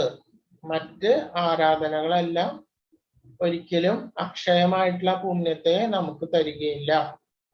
ഭഗവാന്റെ ആരാധനയും സ്മരണയും മാത്രമാണ് നമുക്ക് ഈ ജീവചക്രത്തിൽ നിന്ന് പുറത്തേക്ക് വരാൻ വേണ്ടിയിട്ടുള്ള ഏകമായിട്ടുള്ള മാർഗം. അതാണ് ഭഗവാൻ നമ്മളോട് നേരിട്ട് പറഞ്ഞു തന്നിട്ടുള്ളത്. മമൈവാംശോ ജീവലോകേ ജീവഭൂത സനാതന മനഃഷ്ടാനീന്ദ്രിയാണി പ്രകൃതിസ്ഥാനി കർഷതി. എന്റെ ശാശ്വതാംശങ്ങളാണ് ഈ ലോകത്തിലുള്ള ബദ്ധരായ സകല ജീവസത്തകളും. ബദ്ധമായ ജീവിതം നയിക്കുകയാൽ മനസ്സുൾപ്പെടെയുള്ള 6 ഇന്ദ്രിയങ്ങളും ഉപയോഗിച്ച് അവർ കഠിനാധ്വാനം ചെയ്യുകയാണ്. എന്റെ ശാശ്വത അംശങ്ങളാണ് ഈ ലോകത്തിലുള്ള ബദ്ധരായിട്ടുള്ള സകല ജീവസത്തക്കളും. അപ്പോ ഭഗവാന്റെ തന്നെ അംശങ്ങളാണ് നമ്മളെല്ലാവരും. എല്ലാ ജീവസത്തക്കളും ഭഗവാന്റെ തന്നെ അംശമാണ്.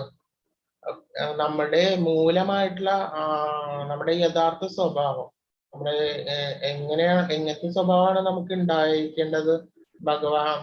ഭഗവാനിൽ തന്നെ ആശ്രയിച്ചിട്ടുള്ള ഒരു ജീവിതമാണ് നമുക്ക് എല്ലാവർക്കും വേണ്ടത്.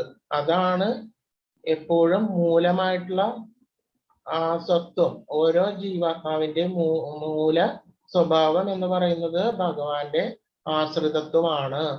അതിൽ കൂടെ മാത്രമാണ് നമുക്ക് യഥാർത്ഥമായിട്ടുള്ള സംതൃപ്തി നമുക്ക് കിട്ടുകയുള്ളൂ.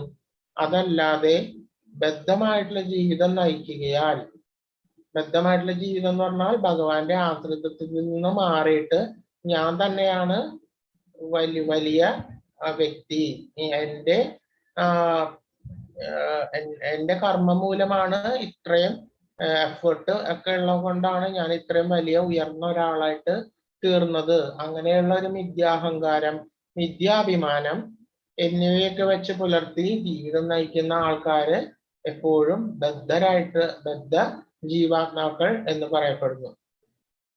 അത്തരത്തിലുള്ള ജീവിതം നയിക്കുന്ന ആളുകൾ അവർക്ക് ഒരിക്കലും തൃപ്തി ഉണ്ടാകില്ല. അവർക്ക് ഇനിയും ഒക്കെ കാശ് ഉണ്ടാവണം, അതേപോലെ തന്നെ സുഖവും കിട്ടണം. അങ്ങനെ ആ ജീവിതം മുന്നോട്ട് പോവുകയാണ് ചെയ്യുന്നത് അവരുടെ. അങ്ങനെ വരുമ്പോൾ അവരുടേതായിട്ടുള്ള എല്ലാ എഫേർട്ടും എടുത്തിട്ട് അവരുടെ മനുഷ്യന്മാരുടെ ഇന്ദ്രിയങ്ങൾ ഭഗവാന്റെ ആശ്രിതത്വത്തിന് വേണ്ടിയിട്ടുള്ള അതിനുവേണ്ടി ഭക്തിയുത സേവനം നമുക്ക് ചെയ്യാൻ വേണ്ടിയിട്ട് കിട്ടിയിട്ടുള്ള ഇന്ദ്രിയങ്ങൾ അത് എന്തിനു വേണ്ടി ഉപയോഗിക്കുന്നു? അവർ അവരുടെ സുഖത്തിനും മിഥ്യാഭിമാനത്തിനും അഹങ്കാരത്തിനും കുറേയും കൂടി അത് ഉപയോഗിച്ചിട്ട് കുറെ കാശും സുഖവും ഉണ്ടാക്കാൻ വേണ്ടിയിട്ടാണ് അവര് ആ ഇന്ദ്രിയങ്ങളെല്ലാം ഉപയോഗിക്കുന്നത്. അങ്ങനെ അവർ കഠിനാധ്വാനം ചെയ്യുകയാണ് ചെയ്യുന്നത്.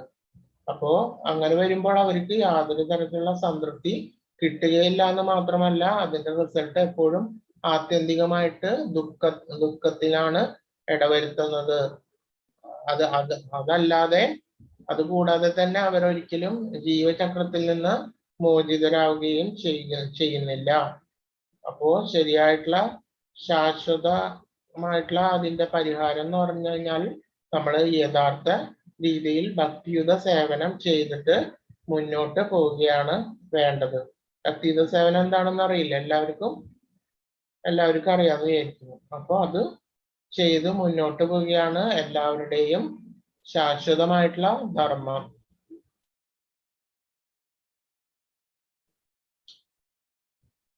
ശരീരം യതമാപ്നോതി യച്ഛാപ്യുക്രാമതീശ്വര ഗൃഹീത്വൈതാനി സംയാതി വായുർഗന്ധാനി വാശയ. ഭൗതിക ലോകത്തിലെ ജീവസത്ത, കാറ്റ്, ഗന്ധങ്ങളെ എന്ന പോലെ ജീവസങ്കല്പങ്ങളെ ഒരു ശരീരത്തിൽ നിന്ന് മറ്റൊന്നിലേക്ക് കൊണ്ടുപോകുന്നു. അങ്ങനെ ഒരു തരത്തിലുള്ള ശരീരം ഉപേക്ഷിച്ച് മറ്റു തരത്തിലുള്ള ശരീരം സ്വീകരിക്കുന്നു. അപ്പോ ഇത് തുടർച്ചയായിട്ട് ഈ ജീവചക്രത്തില് നമ്മൾ കടന്ന് ഉഴലുകയാണ്. എല്ലാവരും, ഞാനും നിങ്ങളും എല്ലാവരും ഈ ജീവചക്രത്തിൽ പെട്ടിരിക്കുകയാണ്. അപ്പൊ നമ്മൾ എന്താണ് ചെയ്യേണ്ടത്? യഥാർത്ഥത്തില് ഭക്തിയുത സേവനം ചെയ്തിട്ട് ഈ ജീവചക്രത്തിൽ നിന്ന് പുറത്തു പോകേണ്ടതാണ്. അതല്ലാതെ നമുക്ക് പലതരത്തിലുള്ള വാസനകളെല്ലാം ഏറിയും കുറഞ്ഞും ഇരിക്കും. മൃഗങ്ങളോട് തുല്യമായിട്ടുള്ള രീതി വെച്ച് പുലർത്തുകയാണെങ്കിൽ മൃഗ സ്വഭാവം എന്താണ്? മൃഗത്തിന് ഭക്ഷണം കിട്ടണം, അതുമാതിരി പ്രൊട്ടക്ഷൻ, സംരക്ഷണം, ശരീര സംരക്ഷണം, അതുമാതിരി കൊച്ചുങ്ങളെയൊക്കെ ഉണ്ടാക്കുക, സുഖമായിട്ട് ജീവിക്കുക. ഇതാണ് മൃഗധർമ്മം. ഭക്ഷണം കഴിക്കുക, ഇതൊക്കെ തന്നെയാണ് അവർക്കുള്ളത്. അപ്പൊ നമ്മുടെ ഈ ശരീരം നമുക്ക് തന്നിട്ടുള്ളത് ഇതിനു വേണ്ടിയിട്ടല്ല. പക്ഷെ നമ്മൾ ഈ മൃഗധർമ്മം വിട്ട് പുറത്തു പോകാത്തിടത്തോളം കാലം എന്താണ് വരിക? അതിൽ നിന്ന് ഒരിക്കലും ഒരു ഉയർച്ച ചില ആൾക്കാർക്ക് ഉണ്ടാവില്ല. അങ്ങനെയുള്ള ആൾക്കാർക്ക് പിന്നെ ജനിക്കുന്നത് അവർ മൃഗങ്ങളായിട്ടാണ് ഇരിക്കുന്നത്. പിന്നെ അവർക്ക് ഇത്രയും ഉത്കൃഷ്ടമായിട്ടുള്ള ഒരു മനുഷ്യദേഹം കിട്ടേണ്ട ആവശ്യമില്ല. അവർക്ക് ഒരു മൃഗത്തിന്റെ ദേഹം തന്നെ കിട്ടിയത് ധാരാളമാണ്. അപ്പൊ അങ്ങനെ വരുമ്പോൾ അവര് അധപ്പതിച്ച് പോവുകയാണ് ചെയ്യുക. അപ്പോൾ നമ്മൾ ശരിയായിട്ട് നമ്മുടെ രീതി എന്ന് പറയുന്നത് നമ്മൾ ഭക്ഷണം കഴിക്കാനോ അതുമാതിരി ഉൽപാദനത്തിനോ വേണ്ടിയിട്ടല്ല നമുക്ക് ഈ ജീവിതം നമുക്ക് ഈ മനുഷ്യ ജീവിതം കിട്ടിയിട്ടുള്ളത് എന്ന് നമ്മൾ യഥാർത്ഥത്തിൽ മനസ്സിലാക്കണം. അങ്ങനെ അല്ലാതെ പിന്നെ എന്താണ് വരുന്നത്? പിന്നെ ചില ആൾക്കാര് ഈ അധർമ്മങ്ങളെല്ലാം ചെയ്തിട്ട് പലതരത്തിലുള്ള ക്രൂരത അതെല്ലാം ചെയ്തിട്ട് അങ്ങനെ ജീവിച്ചു പോകുന്നുണ്ട്. അപ്പൊ അവർക്ക് ആ ഒരു രീതിയിലുള്ള അധമ ജന്മങ്ങളായിരിക്കും കിട്ടുന്നത്. അപ്പൊ നമുക്ക് കിട്ടിയിരിക്കുന്ന ഈ സമയം, ഈ ശരീരം, ഇതെല്ലാം ഉത്കൃഷ്ടമാണ്. ഇത് ഉപയോഗിച്ചിട്ട് നമുക്ക് എന്ത് ചെയ്യാൻ പറ്റും? നമുക്ക് യഥാർത്ഥത്തിൽ ഭക്തിയുത സേവനം നല്ല രീതിയിൽ ചെയ്യാൻ വേണ്ടിയിട്ട് സാധിക്കും. അപ്പൊ ഒരിക്കലും സമയമൊന്നും കളയാതെ എപ്പോ വേണമെങ്കിലും നമ്മുടെ ആയുസ് എപ്പോ വേണമെങ്കിലും കുറഞ്ഞ് മരിച്ചു പോവാം. നമുക്കറിയില്ല, അനിശ്ചിതമാണ് നമ്മുടെ എല്ലാവരുടെയും ജീവിതം. അപ്പൊ അങ്ങനെ വരുമ്പോ എപ്പോഴാണ് നമ്മൾ മരിക്കുക എന്നുള്ളത് നമുക്ക് അറിയാൻ പറ്റില്ല. അപ്പൊ എത്രയും പെട്ടെന്ന് നമ്മൾ എന്ത് ചെയ്യണം? യഥാർത്ഥത്തില് ഭക്തിയുടെ സേവനം ചെയ്തിട്ട് മുന്നോട്ട് പോവുകയാണ് എല്ലാവരുടെയും പരമമായിട്ടുള്ള ധർമ്മം.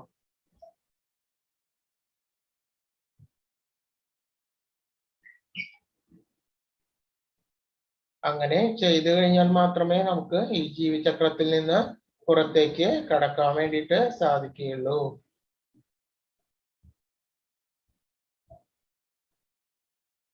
വോയിസ് ക്ലിയർ ആവുന്നുണ്ടോ? ഇല്ലെങ്കിൽ പറയണം കേട്ടോ. പറയൂ ആരെങ്കിലും. ഹരേ കൃഷ്ണ, ക്ലിയർ ആണ്. ഓക്കെ. ഹരേ കൃഷ്ണ, ക്ലിയർ ആണ്, ക്ലിയർ ആണ്. ഓക്കെ.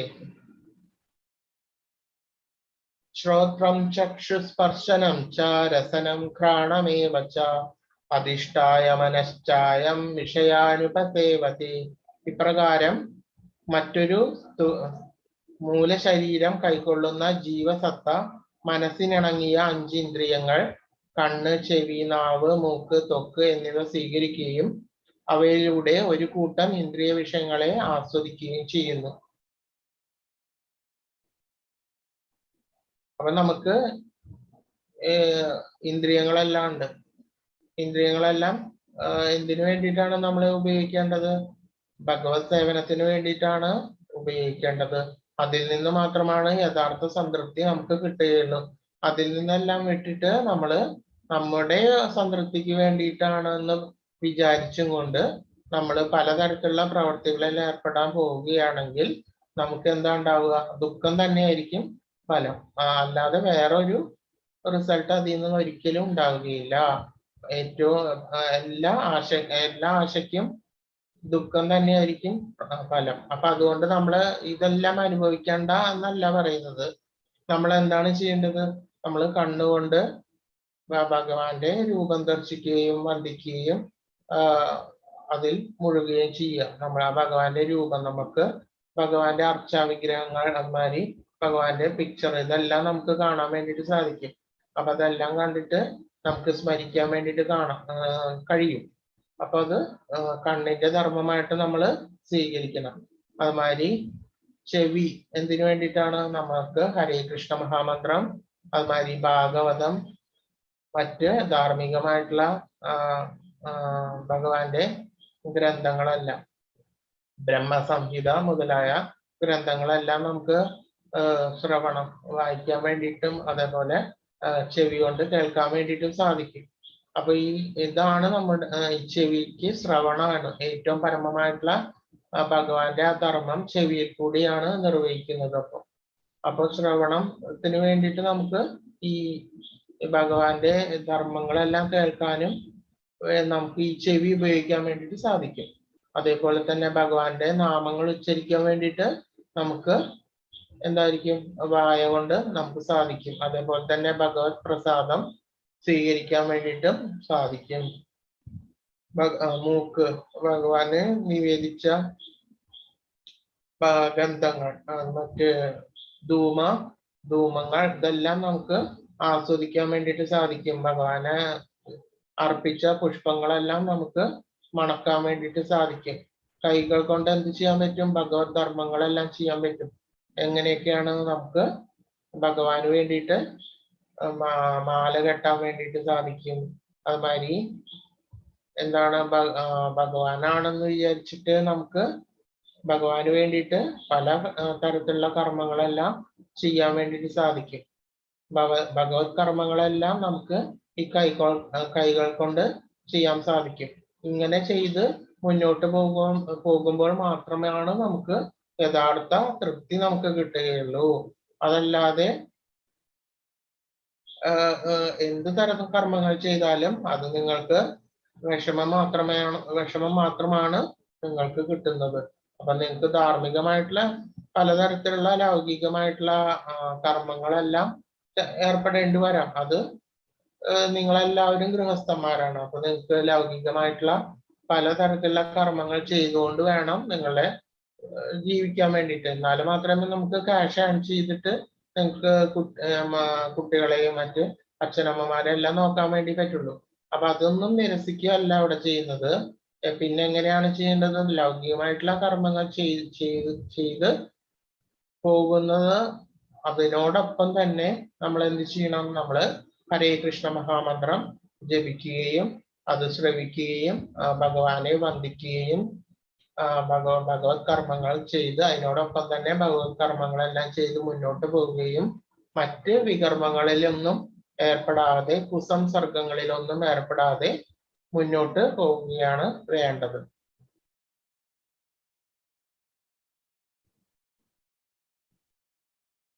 ഉക്രാമന്തം സ്ഥിതം വാഭി ഭുഞ്ജാനം വാ ഗുണാന്വിതം വിമൂഢാനാനുപശ്യന്തി പശ്യന്തി ജ്ഞാനചക്ഷുഷ. ജീവാത്മാവ് എങ്ങനെ ഈ ശരീരം വിട്ടുപോകുന്നുവെന്നോ ഗുണങ്ങളുടെ ആകർഷണത്തിന് വഴിപ്പെട്ട ഏതുതരം ശരീരത്തെയാണ് സ്വീകരിച്ചിരിക്കുന്നത് എന്നോ മൂഢന്മാർക്ക് അറിയാൻ വയ്യ. ജ്ഞാനത്തിന്റെ അകക്കണ്ണ് തെളിഞ്ഞവർക്ക് ഇതെല്ലാം പ്രത്യക്ഷമാകുന്നു. നമുക്ക് പെട്ടെന്നൊരിക്കൽ ഒരു ജ്ഞാനം ഒരിക്കലും കിട്ടുന്നില്ല. നമ്മൾ മാക്സിമം എഫർട്ട് എടുത്തിട്ട് നമ്മള് ഭക്തിയുത സേവനത്തിൽ മുന്നേറണം. എന്നാൽ മാത്രമേ നമുക്ക് ഈ ജ്ഞാനം കിട്ടുകയുള്ളൂ. അപ്പൊ ഞാൻ കുറച്ചു മുമ്പ് പറഞ്ഞു, നമുക്ക് എപ്പോ വേണമെങ്കിലും നമ്മുടെ ശരീരം എപ്പോ വേണമെങ്കിലും ത്യജിക്കാൻ വേണ്ടിയിട്ട് പറ്റും. നമുക്ക് ആയുസ് എങ്ങനെയാണെന്ന് അറിയില്ല. അപ്പൊ ഇപ്പോഴേ തന്നെ ഭക്തിയുത സേവനത്തില് ഭഗവാന്റെ നാമത്തിനെ മുറുകെ പിടിച്ച് നമ്മൾ ജീവിക്കുകയാണെങ്കിൽ പോലും നമ്മുടെ ജീവിതം അത് അധപ്പതിക്കുകയില്ല.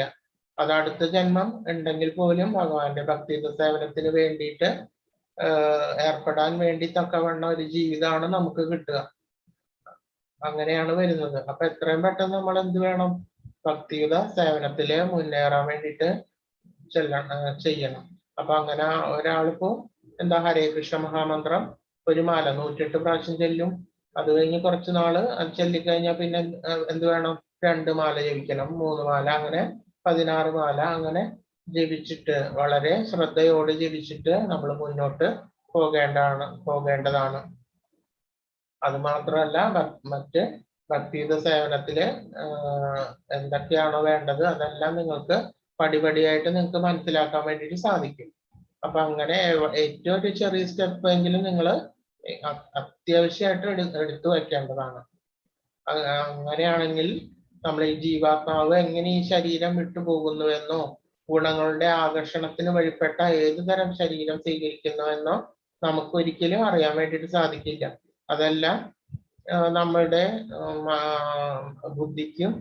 ബുദ്ധിക്കെല്ലാം അതീതമാണ്. നമ്മളെ ഏത് തരത്തിൽ ശരീരമാണ് ഇനി അടുത്തത് സ്വീകരിക്കുമെന്നോ അത് ആ ഒരു ശരീരം എടുത്താൽ തന്നെ നമുക്ക് ഭക്തിയുത സേവനത്തിൽ ഏർപ്പെടാൻ പറ്റുന്ന രീതിയിലാണോ വരിക എന്നൊന്നും നമുക്ക് യാതൊരു നിശ്ചയമില്ല. അപ്പോ അതുകൊണ്ടാണ് പറയുന്നത് എത്രയും പെട്ടെന്ന് നമ്മൾ ഭക്തിയുത സേവനത്തില് ഒരു സ്റ്റെപ്പെങ്കിലും എടുത്ത് പറ്റണം. എന്നിട്ട് അതില് വളരെ ഉത്സാഹത്തോടു കൂടി മുന്നേറണം. അങ്ങനെ ചെയ്തു കഴിഞ്ഞാൽ മാത്രമാണ് നമുക്ക് ജ്ഞാനം കിട്ടുകയുള്ളൂ. ഭഗവാന്റെ കൃപ നിമിത്തമാണ് നമുക്ക് ജ്ഞാനം കിട്ടുന്നത്. ജ്ഞാനം കിട്ടുമ്പോൾ മാത്രമാണ് ബുദ്ധിക്ക് ഭഗവാന്റെ തന്നെ നമ്മുടെ ആത്മാവിന്റെ ജ്ഞാനം, നമ്മുടെ തന്നെ ജ്ഞാനം, ഭഗവാന്റെ ജ്ഞാനം. ഇപ്പൊ നമുക്ക് പലതരത്തിലുള്ള ധാർമ്മിക ഗ്രന്ഥങ്ങളിലെല്ലാം പലതരത്തിലുള്ള ദ്വൈതം, അദ്വൈതം ഇതെല്ലാം നമുക്ക് ഇങ്ങനെ ഗ്രന്ഥങ്ങളെല്ലാം എഴുതി കാണുന്നു. പക്ഷെ ശരിയായിട്ടുള്ള ജ്ഞാനം തെളിഞ്ഞ ഒരാൾക്ക് ഭഗവാനെ കുറിച്ചിട്ടുള്ള യഥാർത്ഥ സ്വത്വം വെളിവാവുകയാണ് ചെയ്യുന്നത്. അപ്പൊ അതൊരു അനുഭവത്തിൽ കൂടെയാണ് നമുക്ക് എല്ലാവർക്കും മനസ്സിലാകുന്നത്, അല്ലാതെ ഒരിക്കലും ഒരു ഗ്രന്ഥത്തിൽ കൂടെയല്ല വരുന്നത്. അപ്പൊ അതിന് വേണ്ടിയിട്ടാണ് ശരിയായിട്ടുള്ള രീതിയിൽ ഭക്തിയുത സേവനത്തില് മുന്നേറേണ്ടതാണ് എന്ന് പറയുന്നത്. അപ്പൊ ഈ ജ്ഞാനത്തിന്റെ അകക്കണ്ണ് തെളിഞ്ഞവർക്കാണ് എന്താണ് ദ്വൈതം, എന്താണ് അദ്വൈതം, ഇതെല്ലാം നമുക്ക് ശരിയായിട്ടുള്ള രീതിയിൽ തെളിഞ്ഞു കാണുന്നത്.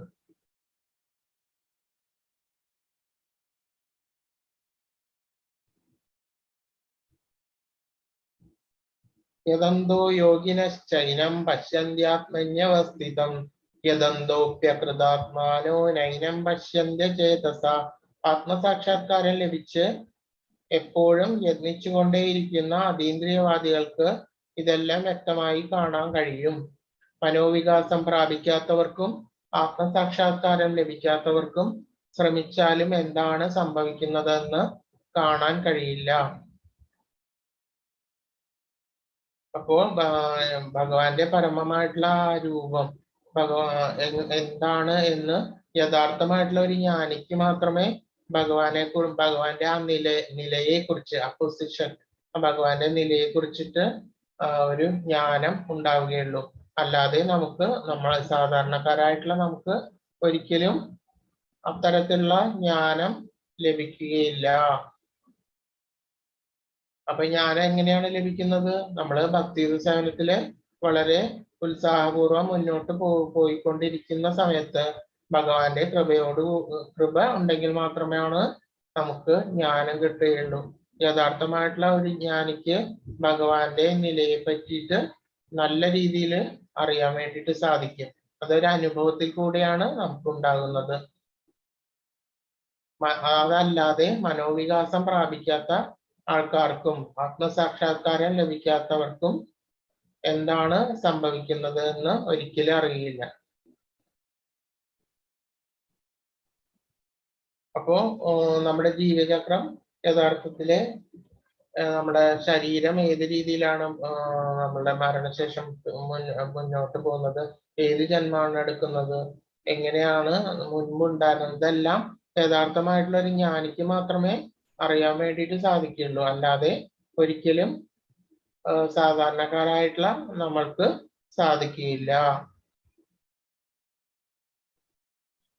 യഥാദിത്യഗതം തേജോ ജഗദ്ഭാസയതേഖിലം യച്ചന്ദ്രമസി യച്ചാപ്നൗ തത്തേജോ വിദ്ധി മാമകം. പ്രപഞ്ചത്തിലെ അന്ധകാരം അത്രയും നീക്കി അതിനെ ശോഭമാനമാക്കുന്ന സൂര്യന്റെ തേജസ് ഭഗവാനിൽ നിന്ന് തന്നെയാണ് വരുന്നത്. ചന്ദ്രന്റെയും അഗ്നിയുടെയും തേജസ്സുകളും എന്നിൽ നിന്ന് തന്നെ വരുന്നതാണ്. അപ്പോ എല്ലാ തരത്തിലുള്ള ഈ ചരാചരങ്ങളും, ഈ പ്രപഞ്ചത്തിലെ സർവ ജ്യോതിർഗോളങ്ങളും, ചന്ദ്രനും അഗ്നിയും എല്ലാവരുടെയും തേജസ് എല്ലാവർക്കും കാണാൻ വേണ്ടി സാധിക്കും. അഗ്നിയുടെ തേജസ് എങ്ങനെയാണ്, ചന്ദ്രന്റെ തേജസ് എങ്ങനെയാണ്. അപ്പൊ ഇതിന്റെ എല്ലാം മൂലമായിട്ടുള്ള ആ തേജസ് ഭഗവാനിൽ നിന്നാണ് വരുന്നത്. ഭഗവാന്റെ ഇച്ഛ കൊണ്ടാണ് അതിനെല്ലാം തേജസ് കിട്ടുന്നതെന്ന് വ്യക്തമാണ്. ഇതിന്റെ എല്ലാം ഉത്ഭവം ഭഗവാനിൽ നിന്ന് തന്നെയാണ് വരുന്നത് എന്ന് ഭഗവാൻ തന്നെ നമുക്ക് പറഞ്ഞു തരികയാണ്. ഗാമാവിശ്യ ച ഭൂതാനി ധാരയാമ്യഹമോജസ പുഷ്ണാമി ചൗഷധി സർവ സോമോ ഭൂത്വാ രസാത്മക. ഞാൻ ഓരോ ഗ്രഹത്തിലും ഉൾപ്പൊഴുകി അവിടെ എന്റെ ശക്തി കൊണ്ട് ഭ്രമണപഥത്തിൽ നിലനിർത്തുന്നു. ഞാൻ തന്നെ ചന്ദ്രനായി തീർന്ന എല്ലാ സസ്യങ്ങൾക്കും ജീവരസം പകരുന്നു. ഇപ്പൊ നമുക്കറിയാൻ വേണ്ടി സാധിക്കും, ഇപ്പോ ശാസ്ത്രമൊക്കെ വളരെയധികം അഡ്വാൻസ്ഡ് ആയിട്ടുണ്ട്. അപ്പൊ നമുക്കറിയാൻ പറ്റും എല്ലാ തരത്തിലുള്ള ഗോളങ്ങളും ഒരു ആകർഷണ ശക്തി കൊണ്ടാണ് അത് അതിന്റെ ഭ്രമണപഥത്തിൽ മുന്നേറുന്നതെന്ന് നമുക്കറിയാൻ വേണ്ടി സാധിക്കും. അതിനോടൊപ്പം തന്നെ അതിന് സ്വന്തമായിട്ടുള്ളൊരു ഭ്രമണപഥവും സ്വന്തമായിട്ട് അത് കറങ്ങുകയും ചെയ്യും. അതിന് പ്രത്യേക ഒരു ഭ്രമണപഥവും എല്ലാം ഉണ്ട്. അപ്പൊ ഇതിന്റെ എല്ലാം കാരണക്കാരൻ ഹേതു എന്ന് പറയുന്നത് ഭഗവാൻ തന്നെയാണ്. അപ്പോ ഏതെങ്കിലും ഒരു ചെറിയൊരു മിസ്റ്റേക്ക് പറ്റുകയാണെന്നുണ്ടെങ്കിൽ ഇതൊന്നും എത്ര ഇത് ഈ ഭൂലോകം തന്നെ ഈ നശിച്ചു പോകാൻ വേണ്ടിയിട്ട് വളരെയധികം ഒരു ചെറിയ സെക്കൻഡ് മാത്രം മതിയാകും. അപ്പൊ ഇതെല്ലാം ഭഗവാന്റെ ഇച്ഛ കൊണ്ടാണ് ഇതെല്ലാം നിലനിന്ന് പോകുന്നത് എന്ന് നമ്മളെപ്പോഴും അറിയണം. അതല്ലാതെ നമ്മുടെ എഫോർട്ട് കൊണ്ടോ അതുമാതിരി നമ്മുടെ കർമ്മങ്ങൾ കൊണ്ടോ ചില ആൾക്കാർ പറയുന്നുണ്ട് ഇത്തരം കുറെ ആൾക്കാരുടെ എഫേർട്ട് അവരുടെ ഇച്ഛ കൊണ്ടാണ് ഈ ലോകം നിൽക്കുന്നതെന്ന് ചില ആൾക്കാര് ചില ഭൗതികവാദികളെല്ലാം പറയുന്നുണ്ട്. പക്ഷെ എന്താണ് ശരിയായിട്ട് എല്ലാത്തിനും ഉത്ഭവം ഭഗവാനിൽ നിന്ന് തന്നെയാണെന്ന് നമ്മൾ മനസ്സിലാക്കണം. അപ്പോൾ ഈ അച്യുതണ്ടും ഈ ആകർഷണ ബലവും ഇതെല്ലാം ശരിയായിട്ടുള്ള രീതിയിൽ എപ്പോഴും നടക്കുന്നുണ്ട്. ഇതിൽ എന്തെങ്കിലും ഒരു തെറ്റ് പറ്റി കഴിഞ്ഞാല് അത് നശിക്കാൻ അധികം സമയമൊന്നും വേണ്ട. അപ്പൊ അതേപോലെ തന്നെ ഭഗവാനിൽ നമ്മളെപ്പോഴും എന്താണ് അറിയേണ്ടത്? ഭഗവാനിൽ നിന്ന് തന്നെയാണ് ഈ ഗ്രഹങ്ങളുടെ എല്ലാം ഉത്ഭവവും ഈ ചരാചരങ്ങളുടെയും വിഗ്രഹങ്ങളുടെയും ഉത്ഭവം ഭഗവാനിൽ നിന്ന് തന്നെയാണെന്ന് നമ്മൾ അറിയണം. അതുമാതിരി സ്ഥിതി, ഇത് നിലനിർത്താൻ ആവശ്യമായിട്ടുള്ള എല്ലാ അറേഞ്ച്മെന്റും എല്ലാ കാര്യങ്ങളും നമ്മൾ ഇവിടെ ജീവിക്കാൻ വേണ്ടിയിട്ടുള്ള എല്ലാ കാര്യങ്ങളും ഭഗവാനിൽ നിന്ന് തന്നെയാണ് വരുന്നത്. അതിനോടൊപ്പം തന്നെ വിഗ്രഹങ്ങൾ നശിക്കാൻ വേണ്ടിയിട്ട് സമയമായി കഴിഞ്ഞാല് അത് ഭഗവാൻ തന്നെ എന്താണ് ആഗ്രഹം നശിപ്പിക്കുകയാണ്, നശിച്ചിട്ട് ചെയ്യുന്നത്. അപ്പൊ അതൊരു ചാക്രികമായിട്ടുള്ള ഒരു പ്രോസസ്സാണ്. പിന്നെയും ഉത്ഭവം ഉണ്ടാവും, പിന്നെയും സ്ഥിതി ഉണ്ടാവും, പിന്നെയും നാശം ഉണ്ടാവും. അങ്ങനെയാണ്. അപ്പോ അതുപോലെ തന്നെ ഭഗവാൻ തന്നെയാണ് നമ്മളുടെ ജീവിതത്തിന് വേണ്ടിയിട്ട് ചന്ദ്രനായിട്ട് തീർന്നിട്ട് എല്ലാ സസ്യങ്ങൾക്കും ജീവരസം പകരുന്നത്. അപ്പൊ എല്ലാ നമ്മുടെ ജീവിതത്തിന് ആവശ്യമായിട്ടുള്ള എല്ലാ കാര്യങ്ങളും അതിന്റെ എല്ലാ ഉത്ഭവവും ഭഗവാനിൽ നിന്ന് തന്നെ വരുന്നത് എന്ന് നമ്മൾ മനസ്സിലാക്കണം. അഹം വൈശ്വാനരോ ഭൂത്വാ പ്രാണിനാം ദേഹമാശ്രിത പ്രാണാപാന സമായുക്ത പചാമ്യന്നം ചതുർവിധം. സകല ജീവികളിലുമുള്ള ദഹന അഗ്നിയാണ് ഞാൻ. അതാണ് ജഠരാഗ്നി. ഉൾക്കൊള്ളുന്നതും പുറന്തള്ളുന്നതുമായ പ്രാണവായുവിനോട് ചേർന്ന് ഞാൻ 4 വിധത്തിലുള്ള ആഹാരങ്ങളെയും ദഹിപ്പിക്കുന്നു. നമ്മള് ആഹാരങ്ങളെല്ലാം കഴിഞ്ഞു കഴിഞ്ഞാല് അത് എന്താണ് ദഹിച്ചു പോവുകയാണ് ചെയ്യുന്നത്. അത് ദഹിച്ചില്ല എന്നുണ്ടെങ്കിൽ നമ്മുടെ ശരീരത്തിന്റെ പ്രോസസ്സിംഗ് എല്ലാം ആകെ താളം തെറ്റി നമ്മളുടെ ശരീരം തന്നെ ഇല്ലാണ്ടാവുകയാണ് ചെയ്യുന്നത്. അപ്പോ അത് ജഠരാഗ്നിയായിട്ട് ഭഗവാൻ നമ്മളുടെ ഉള്ളിൽ തന്നെ ഉണ്ട്. നമ്മുടെ ശരീരം സ്ഥിതി ചെയ്യുന്നതിന് ആവശ്യമായിട്ടുള്ള കാര്യങ്ങളും ഭഗവാൻ തന്നെയാണ് നോക്കി നടത്തുന്നത് എന്ന് ആരാണ് പറയുന്നത്? ഭഗവാൻ തന്നെയാണ് നമ്മളോട് പറയുന്നത്. അഹം വൈശ്വാനരോ ഭൂത്വ, ഞാൻ തന്നെയാണ് എന്നാണ് പറയുന്നത്. ഞാൻ എന്ന് പറഞ്ഞാൽ ഭഗവാൻ തന്നെയാണ് ഇതിനെല്ലാ തരത്തിലുള്ള നമ്മുടെ ജീവൻ നിലനിർത്താൻ ആവശ്യം, ശരീരം നിലനിർത്താൻ ആവശ്യമായിട്ടുള്ള എല്ലാ കാര്യങ്ങളും അതിന്റെ ഉത്ഭവങ്ങളും എല്ലാ കാര്യങ്ങളും എല്ലാം ഭഗവാൻ തന്നെയാണ് ചെയ്യുന്നത്.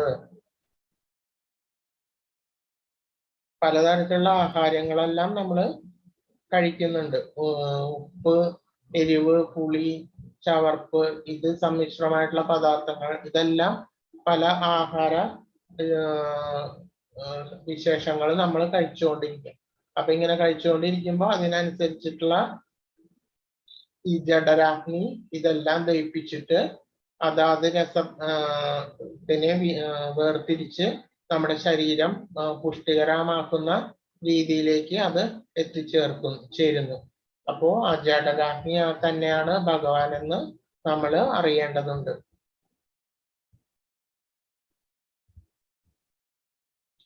സർവസ്യ ചാഹം ഹൃദി സന്നിവിഷ്ടോ മത്ര സ്മൃതി ജ്ഞാനമപോഹനം ച വേദേശ സർവൈരഹമേവ വേദ്യോ വേദാന്തകൃത്വേദ വിദേഹ ചാഹം. ജീവികളുടെയും ഹൃദയത്തിൽ ഞാൻ വാഴുന്നു. അന്തർയാമിയാണ് ഭഗവാൻ, ഹൃദയാന്തർയാമി. സ്മരണയും ജ്ഞാനവും മറവിയും എന്നിൽ നിന്നാണ് ഉളവാകുന്നത്. എല്ലാ വേദങ്ങളിലൂടെയും അറിയേണ്ടത് എന്നെ തന്നെയാണ്.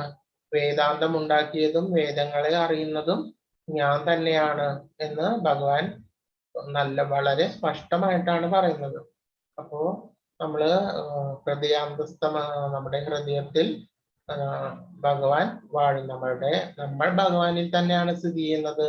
അതോടൊപ്പം തന്നെ നമ്മളുടെ ഹൃദയത്തിൽ ഭഗവാൻ വസിക്കുന്നു.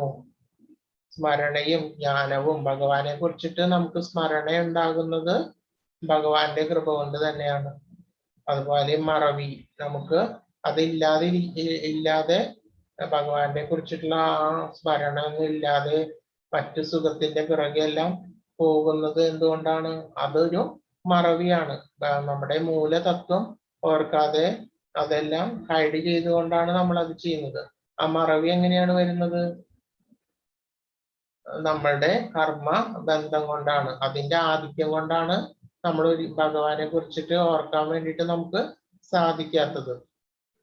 മനസ്സിലായില്ലേ? അപ്പൊ ആ മറവിയും ഭഗവാനിൽ നിന്ന് തന്നെ വരുന്നു. ഭഗവാന്റെ സ്മരണ ഉണ്ടാക്കുവാൻ വേണ്ടിയിട്ടുള്ള ജ്ഞാനവും ഭഗവാനിൽ നിന്ന് വരുന്നു. അതിനോടൊപ്പം തന്നെ യഥാർത്ഥമായിട്ടുള്ള ജ്ഞാനം, ഭക്തിയുത സേവനത്തില് മുന്നോട്ട് പോകുന്ന സമയത്ത് യഥാർത്ഥമായിട്ടുള്ള ജ്ഞാനവും ഭഗവാന്റെ കൃപ കൊണ്ട് നമ്മളിൽ വരുന്നു. അതുമാതിരി വേദങ്ങളിലൂടെ നമ്മളെല്ലാം വായിക്കുകയാണെന്നുണ്ടെങ്കിൽ ചിലവർക്ക് അറിയാൻ വേണ്ടിയിട്ട് സാധിക്കും, ചിലവർ നോക്കിയിട്ടുണ്ടാവും ആ ഗ്രന്ഥങ്ങളെല്ലാം. ഋഗ്വേദം, യജുർവേദം, സാമവേദം, അഥർവ വേദം. അപ്പൊ കൂടെയൊക്കെ ഒന്ന് നോക്കിക്കഴിഞ്ഞാൽ നമുക്ക് മനസ്സിലാകും എന്താണ് അറിയേണ്ടത്. എന്താണ്? പരമപുരുഷനായിട്ടുള്ള ഭഗവാനെ കുറിച്ചിട്ടാണ് അറിയേണ്ടത്. അതാണ് ആ വേദങ്ങളുടെ എല്ലാം എസൻസ്. മറ്റു കർമ്മകാണ്ഡങ്ങളും മറ്റു കാര്യങ്ങളെല്ലാം ഉണ്ടെങ്കിൽ തന്നെ നമ്മൾ അറിയേണ്ടത് എന്താണ്? ഭഗവാനെ കുറിച്ചിട്ടാണ് അതിൽ അറിയേണ്ടത്. അതല്ലാതെ മറ്റ് കർമ്മവിഭാഗങ്ങളിൽ ശ്രദ്ധയൂന്നുകയാണെന്നുണ്ടെങ്കിൽ അവർക്ക് ഒരിക്കലും വേദം പഠിച്ചിട്ട് യാതൊരു തരത്തിലുള്ള കാര്യവും ഉണ്ടാകില്ല. അപ്പൊ യഥാർത്ഥമായിട്ട് അറിയേണ്ടത് ഏതാണോ അതാണ് നമ്മൾ അറിയേണ്ടത് വേദത്തിൽ നിന്ന്. അതുമാതിരി വേദത്തിന്റെ എല്ലാ ഓരോ വേദങ്ങളുടെയും അവസാനത്തില് ഒരു ഫിലോസഫിക്കലായിട്ടുള്ള കുറച്ച് ഭാഗങ്ങളുണ്ട്. അതാണ് വേദാന്തം എന്ന് പറയുന്നത്. അപ്പൊ ഈ വേദാന്തത്തിലും ചർച്ച ചെയ്യപ്പെടുന്നതും മറ്റു വിവരിക്കുന്നതും എല്ലാം എന്താണ്? പരമപുരുഷനായിട്ടുള്ള ആ ഭഗവാനെ തന്നെയാണ് ഈ വേദാന്തവും വിവരിക്കുന്നത്. അപ്പൊ അതെല്ലാം നമ്മൾ കൃത്യമായിട്ട് അറിയേണ്ടതുണ്ട്. അപ്പൊ ഈ വേദങ്ങളുടെയും വേദാന്തത്തിന്റെയും ഉത്ഭവവും എവിടുന്നാണ്? ഭഗവാനിൽ നിന്ന് തന്നെയാണ്. അതാണ് വേദത്തിന്റെ ഉത്ഭവവും ഭഗവാനിൽ നിന്ന് തന്നെയാണ് എന്ന് നമ്മൾ അറിയേണ്ടതുണ്ട്. ദ്വാവിമൗ പുരുഷൗ ലോകേ ക്ഷര ഏവ ച ക്ഷരഃ സർവാണി ഭൂതാനി കൂടസ്ഥോക്ഷര ഉച്യത്തെ. പുരുഷന്മാർ രണ്ടു വിധം, തെറ്റുപറ്റാവുന്നവരും അല്ലാത്തവരും. ഭൗതിക ലോകത്തിലെ ജീവാത്മാക്കളെല്ലാം തെറ്റുപറ്റുന്നവരാകുന്നു. ആധ്യാത്മിക ലോകത്തിലുള്ള ജീവാത്മാക്കൾക്ക് തെറ്റു പറ്റുകയില്ല. ഇപ്പൊ ഇവിടെ പുരുഷന്മാർ എന്ന് ഉദ്ദേശിക്കുന്നത് സ്ത്രീ പുരുഷ ആ ഒരു രീതിയിലല്ല ഇവിടെ പറയുന്നത്. പുരുഷ എന്ന് പറയുന്നത് ബദ്ധാത്മാക്കളും അതല്ലാത്ത ആത്മാക്കളും അങ്ങനെയാണ് ഉദ്ദേശിക്കുന്നത്. തെറ്റ് പറ്റുന്നവരും അല്ലാത്തവരും. ഭൗതിക ലോകത്തിലെ നമ്മൾ ഈ ഭൗതിക ലോകത്തിലുള്ള എല്ലാവരും എന്താണ്? ബദ്ധ ആത്മാക്കളാണ്. അതല്ലാത്ത ആത്മാക്കളുണ്ട് എന്ന് നമ്മൾ അറിയണം. അങ്ങനെയുള്ളവര് ഒരിക്കലും ഈ ഭൂലോകത്ത് വന്നിട്ടുണ്ടാവില്ല. അവരെപ്പോഴും ആധ്യാത്മിക ലോകത്താണ് ഇരിക്കുന്നത്. അപ്പൊ ഈ തെറ്റ് പറ്റിയ ആൾക്കാരാണ് എപ്പോഴും എവിടെയുള്ളത്? ഈ ഭൗതികമായിട്ടുള്ള ഈ ലോകത്ത് ഉള്ളത്. നമ്മളെല്ലാവരും തെറ്റ് പറ്റിയിട്ടുള്ള ആൾക്കാരാണ്. അതുകൊണ്ടാണ് നമ്മൾ കറക്റ്റ് ചെയ്യാൻ വേണ്ടിയിട്ട് നമ്മൾ ഇവിടെ വന്നിട്ടുള്ളത്. അപ്പൊ നമ്മളുടെ ധർമ്മം, ശരിയായിട്ടുള്ള ധർമ്മം എന്താണ്? നമ്മൾ കറക്റ്റ് ചെയ്തിട്ട് മുന്നോട്ട് പോവുക എന്നുള്ളതാണ്. അപ്പൊ തെറ്റ് പറ്റുന്നവരും ഉണ്ട്, അല്ലാത്തവരും ഉണ്ട്. അപ്പൊ തെറ്റ് പറ്റിയത് കൊണ്ടാണ് നമ്മൾ ഈ ഭൗതിക ഇരിക്കുന്നത്.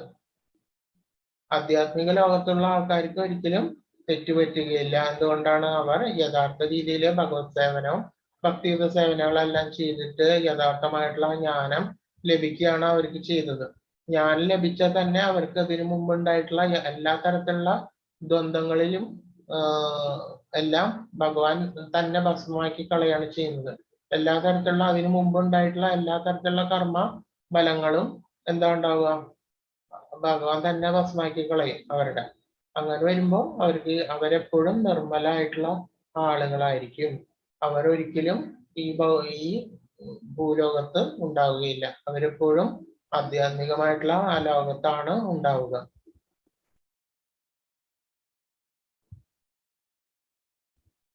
ഉത്തമ പുരുഷസ്ത്വന്യ പരമാഗ്നേത്യുദാഹൃത യോ ലോകത്രയമാവിശ്യ വിഭർത്തവ്യ ഈശ്വര. ഇവരെ കൂടാതെ പരമപുരുഷനായ പരമാത്മാവ് എന്നറിയപ്പെടുന്ന അവ്യയനായ ഭഗവാനുണ്ട്. അദ്ദേഹം 3 ലോകങ്ങളിലും അന്തർഗതനായി അവയെ പുലർത്തിപ്പോരുന്നു. അപ്പോ ഇത് ഈ പറഞ്ഞ കാര്യങ്ങൾ തന്നെയാണ് പിന്നെയും ആവർത്തിച്ച് ഭഗവാൻ നമുക്ക് പറഞ്ഞു തരുന്നത്. എന്താണ്? എല്ലാത്തിന്റെയും ഉത്ഭവവും സ്ഥിതിയും അവസാനവും എല്ലാം ഭഗവാൻ തന്നെയാണ്. അവ്യയനും ഒരിക്കലും നാശമില്ലാത്തതും പരമമായിട്ടുള്ള ആ മഹാപുരുഷനാണ് ശ്രീകൃഷ്ണൻ എന്ന് നമ്മൾ മനസ്സിലാക്കണം. ആ ദിവ്യജനായിട്ടുള്ള 2 കൈകളോട് കൂടിയിട്ട് ഗോലോകത്തിൽ വസിക്കുന്ന ഭഗവാനാണ് ഇവിടെ പറഞ്ഞിരിക്കുന്നത്.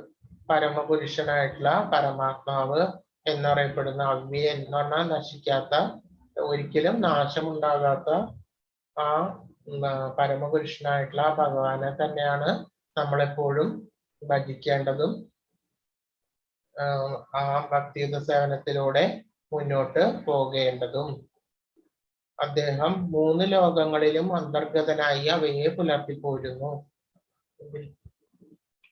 എല്ലാ ലോകങ്ങളിലും, ഈ ലോകങ്ങളിലെ എല്ലാത്തിന്റെയും ഉത്ഭവവും സ്ഥിതിയും നാശവും എല്ലാം ഭഗവാനിൽ നിന്ന് തന്നെയാണ് വരുന്നത്. ഇവിടെ ഈ ലോകം സ്ഥിതി ചെയ്യുന്നതിന് ആവശ്യമായിട്ടുള്ള എല്ലാ തരത്തിലുള്ള കാര്യങ്ങളും ഭഗവാനാണ് ചെയ്യുന്നത് എന്ന് നമ്മൾ മനസ്സിലാക്കണം.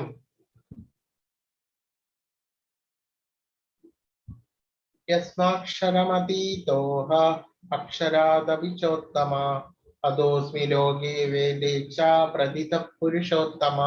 ഞാൻ ഇന്ദ്രിയാതീതനും ക്ഷരങ്ങൾക്കും അക്ഷരങ്ങൾക്കും അതീതനും സർവശ്രേഷ്ഠനും ആയതുകൊണ്ട് ലോകരും വേദങ്ങളും എന്നെ പുരുഷോത്തമൻ എന്ന് പുകഴ്ത്തുന്നു. ഇന്ദ്രിയങ്ങൾക്കെല്ലാം അതീതനാണ്. നമ്മളെല്ലാം അതിൽപ്പെട്ട് ജീവിക്കുന്ന ആൾക്കാരാണ് നമ്മളെല്ലാവരും. പക്ഷെ ഭഗവാനാണെങ്കിലോ ഇന്ദ്രിയങ്ങൾക്കെല്ലാം അതീതനാണ്. എന്ന് പറഞ്ഞാല് എല്ലാ ഇന്ദ്രിയങ്ങളുടെയും ഉത്ഭവം, ഇന്ദ്രിയങ്ങളെല്ലാം നമുക്ക് തന്നിട്ടുള്ളത് ഭഗവാനാണ്. അപ്പോ മറ്റ് ഇന്ദ്രിയങ്ങളെ കൊണ്ട് ഉണ്ടാകുന്ന തരത്തിലുള്ള കർമ്മങ്ങളൊന്നും ഭഗവാനെ ബാധിക്കുന്നില്ല. അപ്പോ ഇന്ദ്രിയ കർമ്മങ്ങളെല്ലാം ബാധിക്കാത്ത ഭഗവാനാണ് ഇന്ദ്രിയ അതീതൻ എന്ന് പറയുന്നത്. ക്ഷരങ്ങൾക്കും അക്ഷരങ്ങൾക്കും അതീതനും എന്ന് പറഞ്ഞാൽ ക്ഷര എന്ന് പറഞ്ഞു കഴിഞ്ഞാല് നശിക്കുന്നതും, അതുമാതിരി അക്ഷര എന്ന് പറഞ്ഞു കഴിഞ്ഞാല് നശിക്കാത്തതും എന്ന് പറഞ്ഞു കഴിഞ്ഞാൽ ആത്മാവ് അക്ഷരമാണ്. അപ്പൊ ഈ ക്ഷരത്തിനും നശിച്ചു പോകുന്നതും സനാതനമായിട്ടുള്ള ഈ ആത്മാവിന്റെയും അതാണ് ക്ഷരവും അക്ഷരവും എന്ന് ഉദ്ദേശിക്കുന്നത്. അപ്പൊ ഇതിന്റെ ഉത്ഭവം എവിടെ നിന്നാണ്? ഭഗവാനിൽ നിന്നാണ്. അപ്പൊ നമ്മളുടെ ആത്മാവ് അക്ഷരമാണ്. അതുമാതിരി നമ്മുടെ ഭൗതിക ശരീരം എന്ന് പറയുന്നത് ക്ഷരമാണ്, നശിച്ചു പോകുന്നതാണ്. അപ്പോ അതിന്റെ അർത്ഥം എന്താ? നമ്മുടെ ശരീരത്തിന്റെയും ആത്മാവിന്റെയും സർവചരാചരങ്ങളുടെയും ശരീരത്തിന്റെയും ആത്മാവിന്റെയും ഉത്ഭവം ഭഗവാനിൽ നിന്ന് തന്നെയാണ്. ഇതിന്റെ എല്ലാം അതീതമാണ് ഭഗവാന്റെ സ്ഥാനം. അത് നമ്മളുടെ ബുദ്ധിക്കും അതീതമാണ്. ഭഗവാന്റെ നില മനസ്സിലാക്കാൻ നമ്മുടെ ബുദ്ധി, ഈ സമയത്തുള്ള ഈ ബുദ്ധിക്ക് നമുക്ക് ഒരിക്കലും അളക്കാൻ, മെഷർ ചെയ്യാൻ വേണ്ടിയിട്ട് സാധിക്കില്ല എന്ന് ഇതിൽ ഭഗവാൻ തന്നെ പറയുകയാണ്. അപ്പൊ നമ്മുടെ ആത്മാവിന്റെ നമ്മുടെ ജീവാത്മാവിനും അതീതമാണ് ഭഗവാന്റെ നില എന്ന് വരുന്നു. അതേപോലെ തന്നെ നമ്മുടെ ഈ ഭൗതിക ഈ അവസ്ഥയും ഭഗവാനിൽ നിന്ന് തന്നെ വരുന്നു. അതുകൊണ്ട് തന്നെ ഭഗവാൻ ഇതിൽ നിന്നെല്ലാം അതീതം ആണ്. ഞാൻ പറയുന്നത് മനസ്സിലാവുന്നുണ്ടോ? പറയൂ. ക്ലിയർ ആവുന്നുണ്ടോ? ഹരേ കൃഷ്ണ, മനസ്സിലാവുന്നുണ്ട് പ്രഭു. ഓക്കെ. എന്തെങ്കിലും മനസ്സിലാവാത്തത് എന്തെങ്കിലും ഉണ്ടെങ്കിൽ നിങ്ങൾക്ക് ചോദിക്കാം. ഞാനത് രണ്ടാമതും പറയാം. അപ്പോ അക്ഷരങ്ങൾക്കും അതീതനും എന്ന് പറയുന്നു. അതേപോലെ തന്നെ സർവശ്രേഷ്ഠനുമായതുകൊണ്ട് ലോകരും വേദങ്ങളും എല്ലാം പുരുഷോത്തമൻ എന്ന് പുകഴ്ത്തുന്നു. അപ്പൊ നമ്മള് വേദങ്ങളിലെല്ലാം എടുത്ത് നോക്കുകയാണെന്നുണ്ടെങ്കിൽ അതിലെല്ലാം എന്ത് ചെയ്തിട്ടുണ്ട്? പുരുഷ എന്നിട്ടുള്ള ഒരു പദം ഉണ്ടാവും. അതുമാതിരി പരമപുരുഷൻ എന്ന് പറഞ്ഞിട്ടുള്ള ഒരു പദം, ഭഗവാൻ, അങ്ങനെയുള്ള പദങ്ങളെ കൊണ്ട് ഭഗവാനെ തന്നെയാണ് അതിൽ പുകഴ്ത്തുന്നത്. അതില് ചില വേദങ്ങളിലാണ് ഇങ്ങനെ പുരുഷോത്തമ, പുരുഷ, ഭഗവാൻ ഇങ്ങനെ പലതരത്തിലുള്ള പദങ്ങളെ കൊണ്ടാണ് ഭഗവാനെ പുകഴ്ത്തുന്നത്. അതുമാതിരി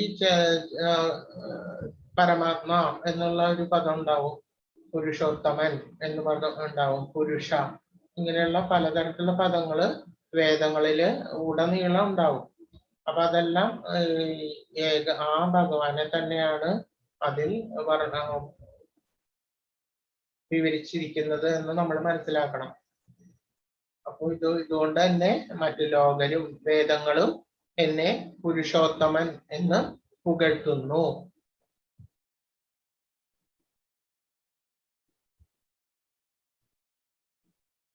യോ മാമേവ സമ്മൂഢോ ജാനാതി പുരുഷോത്തമം സ സർവവിദ് ഭജതി മാം സർവഭാവേന ഭാരത. എന്നെ പരമദിവ്യോത്തമ പുരുഷനായി ആയ ഭഗവാൻ എന്ന് നിസ്സംശയം അറിയുന്നവർ എല്ലാം അറിയുന്നവരാണ്.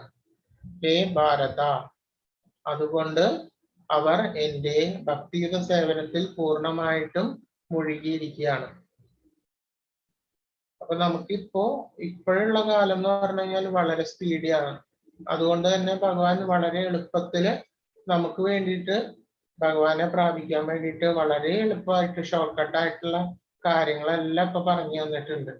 അപ്പൊ നമ്മൾ ഇതിനു മുമ്പ് വേദങ്ങളിലും വേദാന്ത ആരണ്യ ബ്രാഹ്മണങ്ങൾ ഇതെല്ലാം പരിശോധിക്കുകയാണെന്നുണ്ടെങ്കിൽ, ദർശനങ്ങളെല്ലാം പരിശോധിക്കുകയാണെന്നുണ്ടെങ്കിൽ നിങ്ങൾക്ക് മനസ്സിലാകും. എന്ത് മനസ്സിലാകും? അതില് ഭഗവാനെ കുറിച്ചിട്ടുള്ള ആ പരമ ദിവ്യോത്തമ പുരുഷനായിട്ടുള്ള ആ ഭഗവാനെ കുറിച്ചിട്ട് ഉള്ള ചർച്ചകളും ഉള്ള ആ രീതിയാണ് വരുന്നത്. ചർച്ചകളും പിന്നെ ഓരോരുത്തരുടെയും ദർശനങ്ങളെല്ലാം എടുത്തു നോക്കിക്കഴിഞ്ഞാൽ മനസ്സിലാക്കാൻ പറ്റും. മീമാംസ, മറ്റു കാര്യങ്ങൾ ചിലത് വളരെ വിരുദ്ധമായിട്ടൊക്കെ കാണാൻ വേണ്ടി സാധിക്കും. പല രീതിയിൽ ഈ ദർശനങ്ങളിൽ എടുത്തു കഴിഞ്ഞാൽ, അതുമാതിരി വേദങ്ങളും വേദാന്തങ്ങളും എല്ലാം എടുത്ത് നോക്കിക്കഴിഞ്ഞാല് കുറച്ച് വ്യത്യാസങ്ങളൊക്കെ ആയിട്ട് ഭഗവാനെ കുറിച്ചിട്ട് ഓരോരുത്തരും വർണ്ണിച്ചിരിക്കുന്നതായിട്ട് നമുക്ക് കാണാൻ വേണ്ടി സാധിക്കും. അപ്പൊ അങ്ങനെ വരുമ്പോ അത് കുറെ ചർച്ചകളും ഒക്കെ ആയിട്ടാണ് വരുന്നത്. പക്ഷെ ഇപ്പൊ അതിന്റെ ആവശ്യമൊന്നുമില്ല. എന്താണ്? ഭഗവാനെ കുറിച്ചിട്ട് വളരെയധികം നമ്മളോട് തന്നെ പറഞ്ഞിരിക്കുന്നതാണ്. ഇതാണ് അറിയേണ്ടത്. ഭഗവാനെ കുറിച്ചിട്ടാണ് ശരിയായിട്ട് അറിയേണ്ടത്. ഞാൻ തന്നെയാണ് ഭഗവാൻ എന്ന് പറഞ്ഞു കഴിഞ്ഞാൽ ശ്രീകൃഷ്ണൻ ഭഗവാൻ തന്നെയാണ്. ഈ ഭഗവാനെ കുറിച്ച് അറിഞ്ഞാൽ മാത്രം പോരാ, അത് അറിയുന്നതിന് വേണ്ടിയിട്ടുള്ള ശ്രമങ്ങളാണ് ഈ ദർശനങ്ങളിലും മറ്റു കാര്യങ്ങളെല്ലാം നമുക്ക് നോക്കിക്കഴിഞ്ഞാൽ കാണുന്നത്. ഭഗവാനെ കുറിച്ചിട്ടുള്ള വർണ്ണനകളും അത് ഭഗവാനെ കുറിച്ചിട്ട് അറിയാൻ വേണ്ടിയുള്ള ശ്രമങ്ങളും ഒക്കെയാണ് അതിൽ അധികവും കാണാൻ വേണ്ടിയിട്ട് സാധിക്കുന്നത്. അപ്പൊ ഇതിപ്പോ എന്താണ് വരുന്നത്? ഭഗവാനെ കുറിച്ച് തിരിച്ചറിഞ്ഞതിന് ശേഷം പിന്നെ നമ്മൾ എന്താണ് ചെയ്യേണ്ടത്? മറ്റ് ഭക്തിയുത സേവനങ്ങൾ. ഇതാണ് തിരിച്ചറിഞ്ഞതിന് ശേഷമുള്ള കാര്യങ്ങളാണ് നമ്മൾ പിന്നെ ചെയ്യേണ്ടതായിട്ടുള്ളൂ. അപ്പൊ അത് വളരെ എളുപ്പത്തിൽ നമുക്ക് ചെയ്യാൻ വേണ്ടിയിട്ട് സാധിക്കും. അപ്പൊ അതുകൊണ്ട് നമ്മൾ ഭക്തിയുത സേവനം എന്ന് പറയുമ്പോൾ തന്നെ അതിന്റെ പ്രാധാന്യം നിങ്ങൾ അപ്പൊ തന്നെ മനസ്സിലാക്കണം. മറ്റ് മുമ്പുള്ള ആളുകൾക്കൊന്നും ഇത്ര പെട്ടെന്ന് ഭക്തി സേവനത്തിൽ മുഴുകാൻ വേണ്ടിയിട്ട് സാധിച്ചിരുന്നില്ല. അവരെപ്പോഴും ദർശനങ്ങളെല്ലാം ഭഗവാനെ കുറിച്ചിട്ടുള്ള വർണ്ണനകളും മറ്റു കാര്യങ്ങളുമായിട്ട് ആണ് ഇരുന്നിരുന്നത്. അപ്പൊ ഭക്തി സേവനം എല്ലാ സമയത്തും ഉണ്ടായിരുന്നത് ഭഗവാനെ കുറിച്ചുള്ള ധ്യാനവും അഷ്ടാംഗയോഗം അങ്ങനെയുള്ള കാര്യങ്ങളാണ് ആ സമയത്ത് ഉണ്ടായിരുന്നത്, ധ്യാനമല്ല. അപ്പൊ ഇപ്പൊ നമുക്ക് എന്താണ് ഈ കലിയുഗത്തിലെ ഭഗവാൻ നാമാവതാരമായിട്ട് നമുക്ക് നമ്മുടെ മുന്നിൽ വന്നിട്ടുള്ളതാണ്. അങ്ങനെ വരുമ്പോ നമുക്ക് എന്ത് ചെയ്താൽ മതിയാവും? ഭഗവാനെ കുറിച്ചിട്ട് ഹരേ കൃഷ്ണ മഹാമന്ത്രം ചൊല്ലിയിട്ട് നമുക്ക് ഭക്തി സേവനത്തിൽ മുഴുകിയിട്ട് ജീവിക്കാൻ വേണ്ടിയിട്ട് നമുക്ക് പറ്റും. അപ്പൊ തന്നെ നമുക്ക് മനസ്സിലായില്ലേ ഭക്തിയുടെ സേവനം എന്ന് പറയുന്നത് അതിന്റെ മാഹാത്മ്യവും പ്രാധാന്യവും നമുക്ക് എപ്പോഴും പെട്ടെന്ന് തന്നെ നമുക്ക് അറിയാൻ വേണ്ടി സാധിക്കും. അതിനു മുമ്പുള്ള യുഗങ്ങളിലെല്ലാം എന്താണ് വളരെ ക്ഷമയോടുകൂടി അഷ്ടാംഗയോഗം എല്ലാം പരിശീലിച്ച് ധ്യാനങ്ങളെല്ലാം നല്ല രീതിയിൽ പരിശീലിച്ച് നമ്മുടെ മനസ്സിനെ സ്റ്റെബിലൈസ് ചെയ്ത് നിർത്താനൊക്കെ വളരെയധികം ബുദ്ധിമുട്ടാണ്. അത്രയൊക്കെ ചെയ്തിട്ടാണ് അവര് ഭഗവാന്റെ അടുത്തേക്ക് എത്തിയിട്ടുള്ളത്. അപ്പൊ നമുക്ക് അത്രയൊന്നും ചെയ്യേണ്ട, നമുക്ക് എന്താണ് ചെയ്താൽ മതി? നമ്മുടെ ഇന്ദ്രിയങ്ങളെ കൊണ്ടും നമ്മുടെ കർമ്മങ്ങൾ കൊണ്ടും എല്ലാം എന്താണ് ഭഗവത് ആരാധനയില് മുഴുകാൻ വേണ്ടിയിട്ട് നമുക്ക് സാധിക്കും. അത് തന്നെയാണ് നമുക്ക് നമ്മുടെ ഈ ജീവ ചക്രത്തിൽ നിന്ന് പുറത്തു പോകാൻ വേണ്ടിയിട്ട് പെട്ടെന്ന് പുറത്തു പോകാൻ വേണ്ടിയിട്ടുള്ള ഏറ്റവും ഷോർട്ട് കട്ട് ആയിട്ടുള്ള മെത്തേഡ് നാമ ജപം, ഹരേ കൃഷ്ണ മഹാമന്ത്രം ജപിക്കുക. അതാണ് ഏറ്റവും ലളിതമായിട്ടുള്ള പ്രക്രിയ. ഇതി ഗുഹ്യതമം ശാസ്ത്ര ഇദമുക്തം മയാനക ഏതദ്ബുദ്ധ്വാ ബുദ്ധിമാൻ സ്യാത് കൃതകൃത്യശ്ച ഭാരത. ഹേ പാപരഹിത, ഞാൻ ഇപ്പോൾ ഉപദേശിച്ച ഈ ജ്ഞാനം വേദഗ്രന്ഥങ്ങളിലെ അതിരഹസ്യമായ ഭാഗമാണ്. ഇതറിയുന്നവർ ബുദ്ധിശാലികളാവും, അവരുടെ പ്രയത്നങ്ങൾക്ക് പൂർണ്ണത കൈവരും. അപ്പൊ ഇതാണ് ഗീതയുടെ മഹത്വം എന്ന് പറഞ്ഞാല് ഈ വേദങ്ങളെല്ലാം നിങ്ങൾ ഗഹനമായിട്ട് വായിച്ച് പരിശോധിച്ചു കഴിഞ്ഞാല് അതില് പരമ പുരുഷനായിട്ടുള്ള ആ ഭഗവാന്റെ തന്നെയായിട്ടുള്ള ജ്ഞാനം വളരെ ബുദ്ധിമുട്ടാണ് നമുക്ക് മനസ്സിലാക്കാൻ വേണ്ടി സാധിക്കുന്നത്, ഈ വേദങ്ങളെല്ലാം നോക്കി മനസ്സിലാക്കിയിട്ട്. അപ്പൊ അതിന്റെ എസൻസ് ആണ് അത്.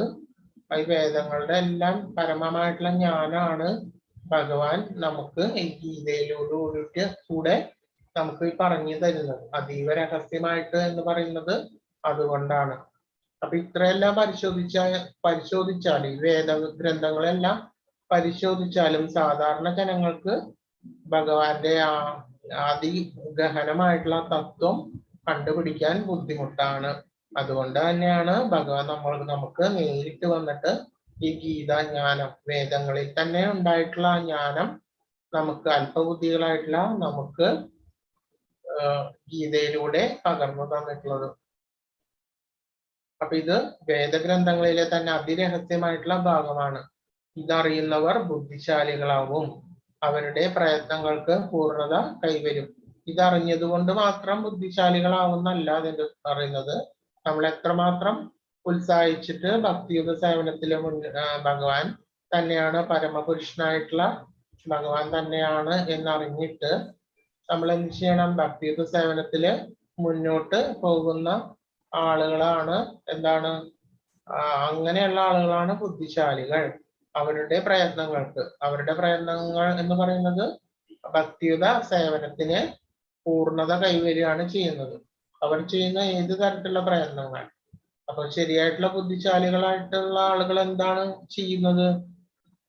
ഭഗവാന്റെ തന്നെ സേവനങ്ങളാണ് ചെയ്യുന്നത്. അപ്പൊ അവരുടെ സേവനങ്ങൾ, അവരുടെ കർമ്മങ്ങൾക്ക് എപ്പോഴും പൂർണ്ണത കൈവരും. അപ്പൊ നമ്മൾ ഏത് തരത്തിലുള്ള കർമ്മങ്ങൾ ചെയ്യുമ്പോഴും എന്ത് ചെയ്യണം? ഭഗവത് നാമം ഉച്ചരിച്ചുകൊണ്ട് ചെയ്യുക. അങ്ങനെ വരുമ്പോൾ ആ പ്രവർത്തികൾക്കെല്ലാം പൂർണ്ണത കൈവരും.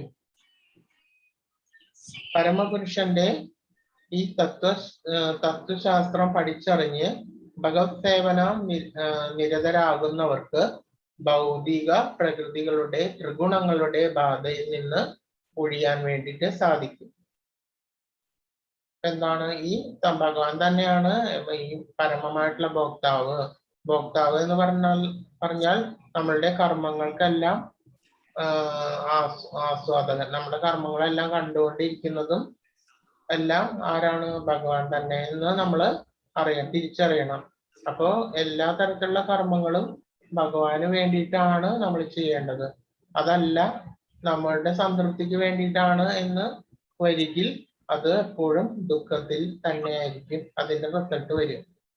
അപ്പൊ ഇത് മനസ്സിലാക്കിയിട്ട് പരമപുരുഷന്റെ ഈ തത്വശാസ്ത്രം പഠിച്ചറിഞ്ഞ് ഭഗവത് സേവന നിരതരാകുന്നവർക്ക് ഭൗതിക പ്രകൃതിയുടെ ത്രിഗുണങ്ങൾ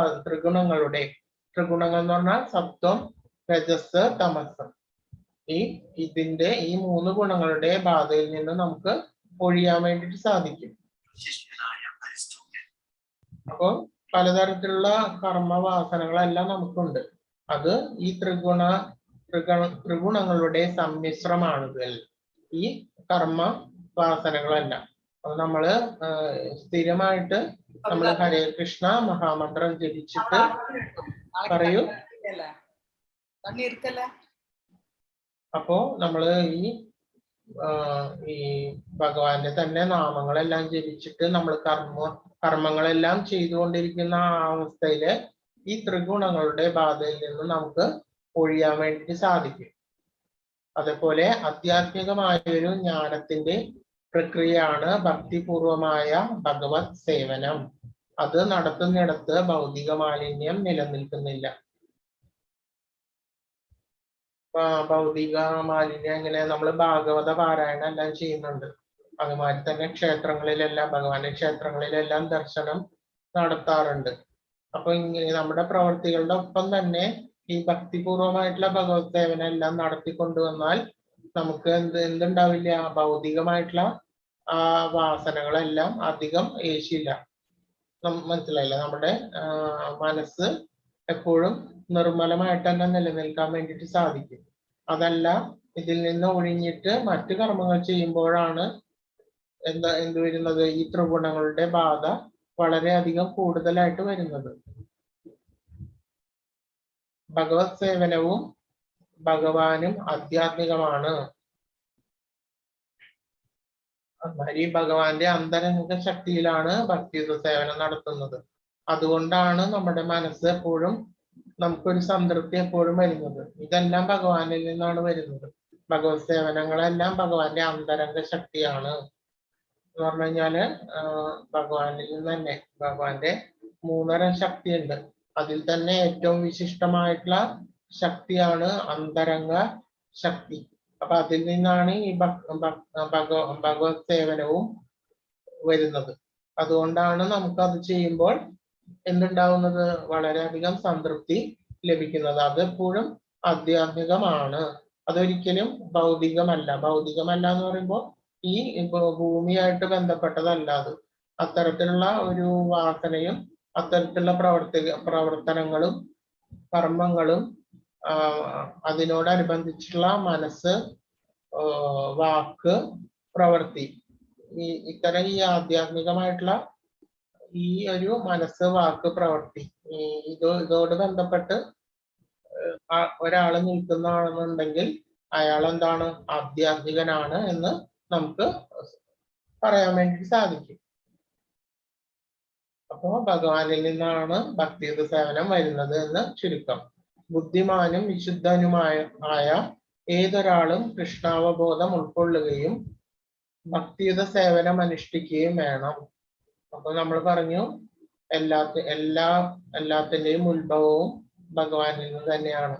അപ്പോൾ തന്നെ നമുക്ക് മനസ്സിലായി നമ്മുടെ കർമ്മങ്ങൾ എങ്ങനെയാണ് വേണ്ടത്? ഭഗവാന്റെ ആശ്രിതത്തിന് വേണ്ടിയിട്ടുള്ള കർമ്മങ്ങളാണ് പിന്നെ നടത്തേണ്ടത്. അങ്ങനെ കൃഷ്ണാവബോധം ഉൾക്കൊണ്ട് നമ്മൾ പ്രവർത്തിക്കുമ്പോഴാണ് നമ്മള് ഈ ദ്വന്ദ്ങ്ങളെല്ലാം ഒഴിഞ്ഞ്, ദ്വന്ദ്ം എന്ന് പറഞ്ഞാൽ പുണ്യങ്ങളും പാപങ്ങളും അതിന്റെ വിഷമങ്ങളെല്ലാം ഒഴിഞ്ഞ് നിസ്സംഗനായിട്ട് ജ്ഞാനം ലഭിച്ചിട്ട് നമുക്ക് ഭഗവത് ധാമത്തിലേക്ക് പോകാൻ വേണ്ടിയിട്ട് നമുക്ക് സാധിക്കുകയുള്ളൂ. കൃഷ്ണനെ മനസ്സിലാക്കി ഭക്തിയുത സേവനത്തിൽ ഏർപ്പെടാത്തിടത്തോളം കാലം സാമാന്യ ദൃഷ്ട്യ ബുദ്ധിമാനായിരുന്നാലും അയാളെ ആ നിലയ്ക്ക് അംഗീകരിക്കാൻ വയ്യ.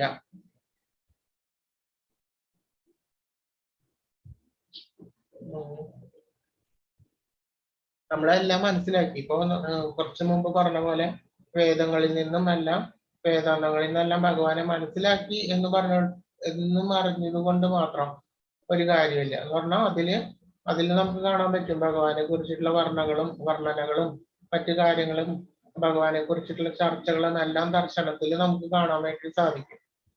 അപ്പൊ ഇതെല്ലാം നമുക്കത് വായിക്കുമ്പോൾ നമുക്കത് അറിയാൻ ഭഗവാനെ കുറിച്ചിട്ടുള്ള ജ്ഞാനം നമുക്ക് അറിയാൻ വേണ്ടി സാധിക്കും. എങ്ങനെയാണ് എന്താണ് ഭഗവാന്റെ സ്വത്വം എന്നുള്ളതെല്ലാം നമുക്ക് മനസ്സിലാക്കാം. എങ്കിൽ പോലും മനസ്സിലാക്കിയിട്ടും അവിടം കൊണ്ട് ഒരിക്കലും അത് തീരുന്നില്ല. അതാണ് ഈ ഭക്തിയുത സേവനത്തിന്റെ മഹത്വം. അതുകൊണ്ട് ഒരിക്കലും തീരുകയില്ല. ബുദ്ധിമാനായിട്ടുള്ള ഒരാള് എന്ത് ചെയ്യണം? അറിഞ്ഞതിനെ മനസ്സിലാക്കിയിട്ട് ഭഗവാന്റെ ആശ്രിതത്വത്തില് ജീവിതം മുന്നോട്ട് നീക്കുകയാണ് വേണ്ടത്. അപ്പൊ അറിഞ്ഞത് കൊണ്ട് മാത്രം കാര്യമില്ല. നമ്മളത് പിന്നീട് അത് നമ്മുടെ സ്വന്തം ജീവിതത്തിൽ അത് പ്രവർത്തിക്കുകയും കൂടിയാണ് വേണ്ടത്.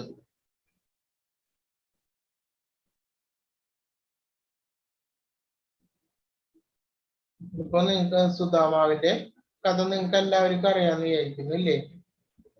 എല്ലാവർക്കും അറിയാം. അപ്പോ എന്താണ്? സുധാമാവ് ഭഗവാന്റെ ആശ്രിതത്വത്തിലേക്ക് വന്ന ആ സമയത്താണ് എന്തുണ്ടായത്? ആ ഭഗവാന്റെ ആ ഐശ്വര്യം മുഴുവനും ഈ ഭക്തനിലേക്ക്, ഭഗവാന്റെ ഐശ്വര്യം ഭക്തനിലേക്ക് പകർന്നത്. നമ്മള് ഭഗവാനെ തന്നെ ശരണാഗതി പ്രാപിക്കുന്ന അവസ്ഥയിൽ ഭഗവാൻ 6 ഐശ്വര്യത്തിന് നിദാനമാണ് ഭഗവാൻ. അപ്പോ ഈ ഭഗവാന്റെ ഈ ഐശ്വര്യം ഭക്തനിലേക്ക് പകരുന്നത് ഏത് സമയത്താണ്? ഭഗവാനെ ശരണാഗതി പ്രാപിക്കുന്ന ഏത് സമയത്താണോ? ഭക്തൻ എപ്പോഴാണ് ഭഗവാനെ ശരണാഗതി പ്രാപിക്കുന്നത്? അപ്പോഴാണ് എന്താണ് ഭഗവാന്റെ എല്ലാ ഐശ്വര്യങ്ങളും ഭക്തനിലേക്ക് പകരുന്നത്. അപ്പൊ ഈ ശരണാഗതി, ഭഗവാന്റെ ശരണാഗതി എന്ന് പറയുന്നത് അത്രയും പ്രാധാന്യമാണ്. അതെങ്ങനെ വരും? ഭക്തിയുടെ സേവനം ചെയ്ത് നമ്മൾ മുന്നോട്ട് പോകുമ്പോൾ മാത്രമാണ് അത് നമുക്ക് വരുന്നത്.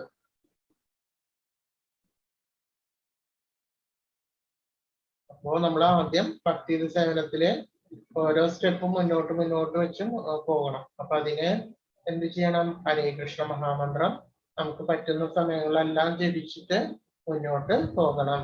ഹരേ കൃഷ്ണ കൃഷ്ണ കൃഷ്ണ ഹരേ ഹരേ, ഹരേ രാമ രാമ രാമ ഹരേ ഹരേ. ഇങ്ങനെ ജപിച്ചിട്ട് നമ്മൾ മുന്നോട്ട് പോകേണ്ടതാണ്.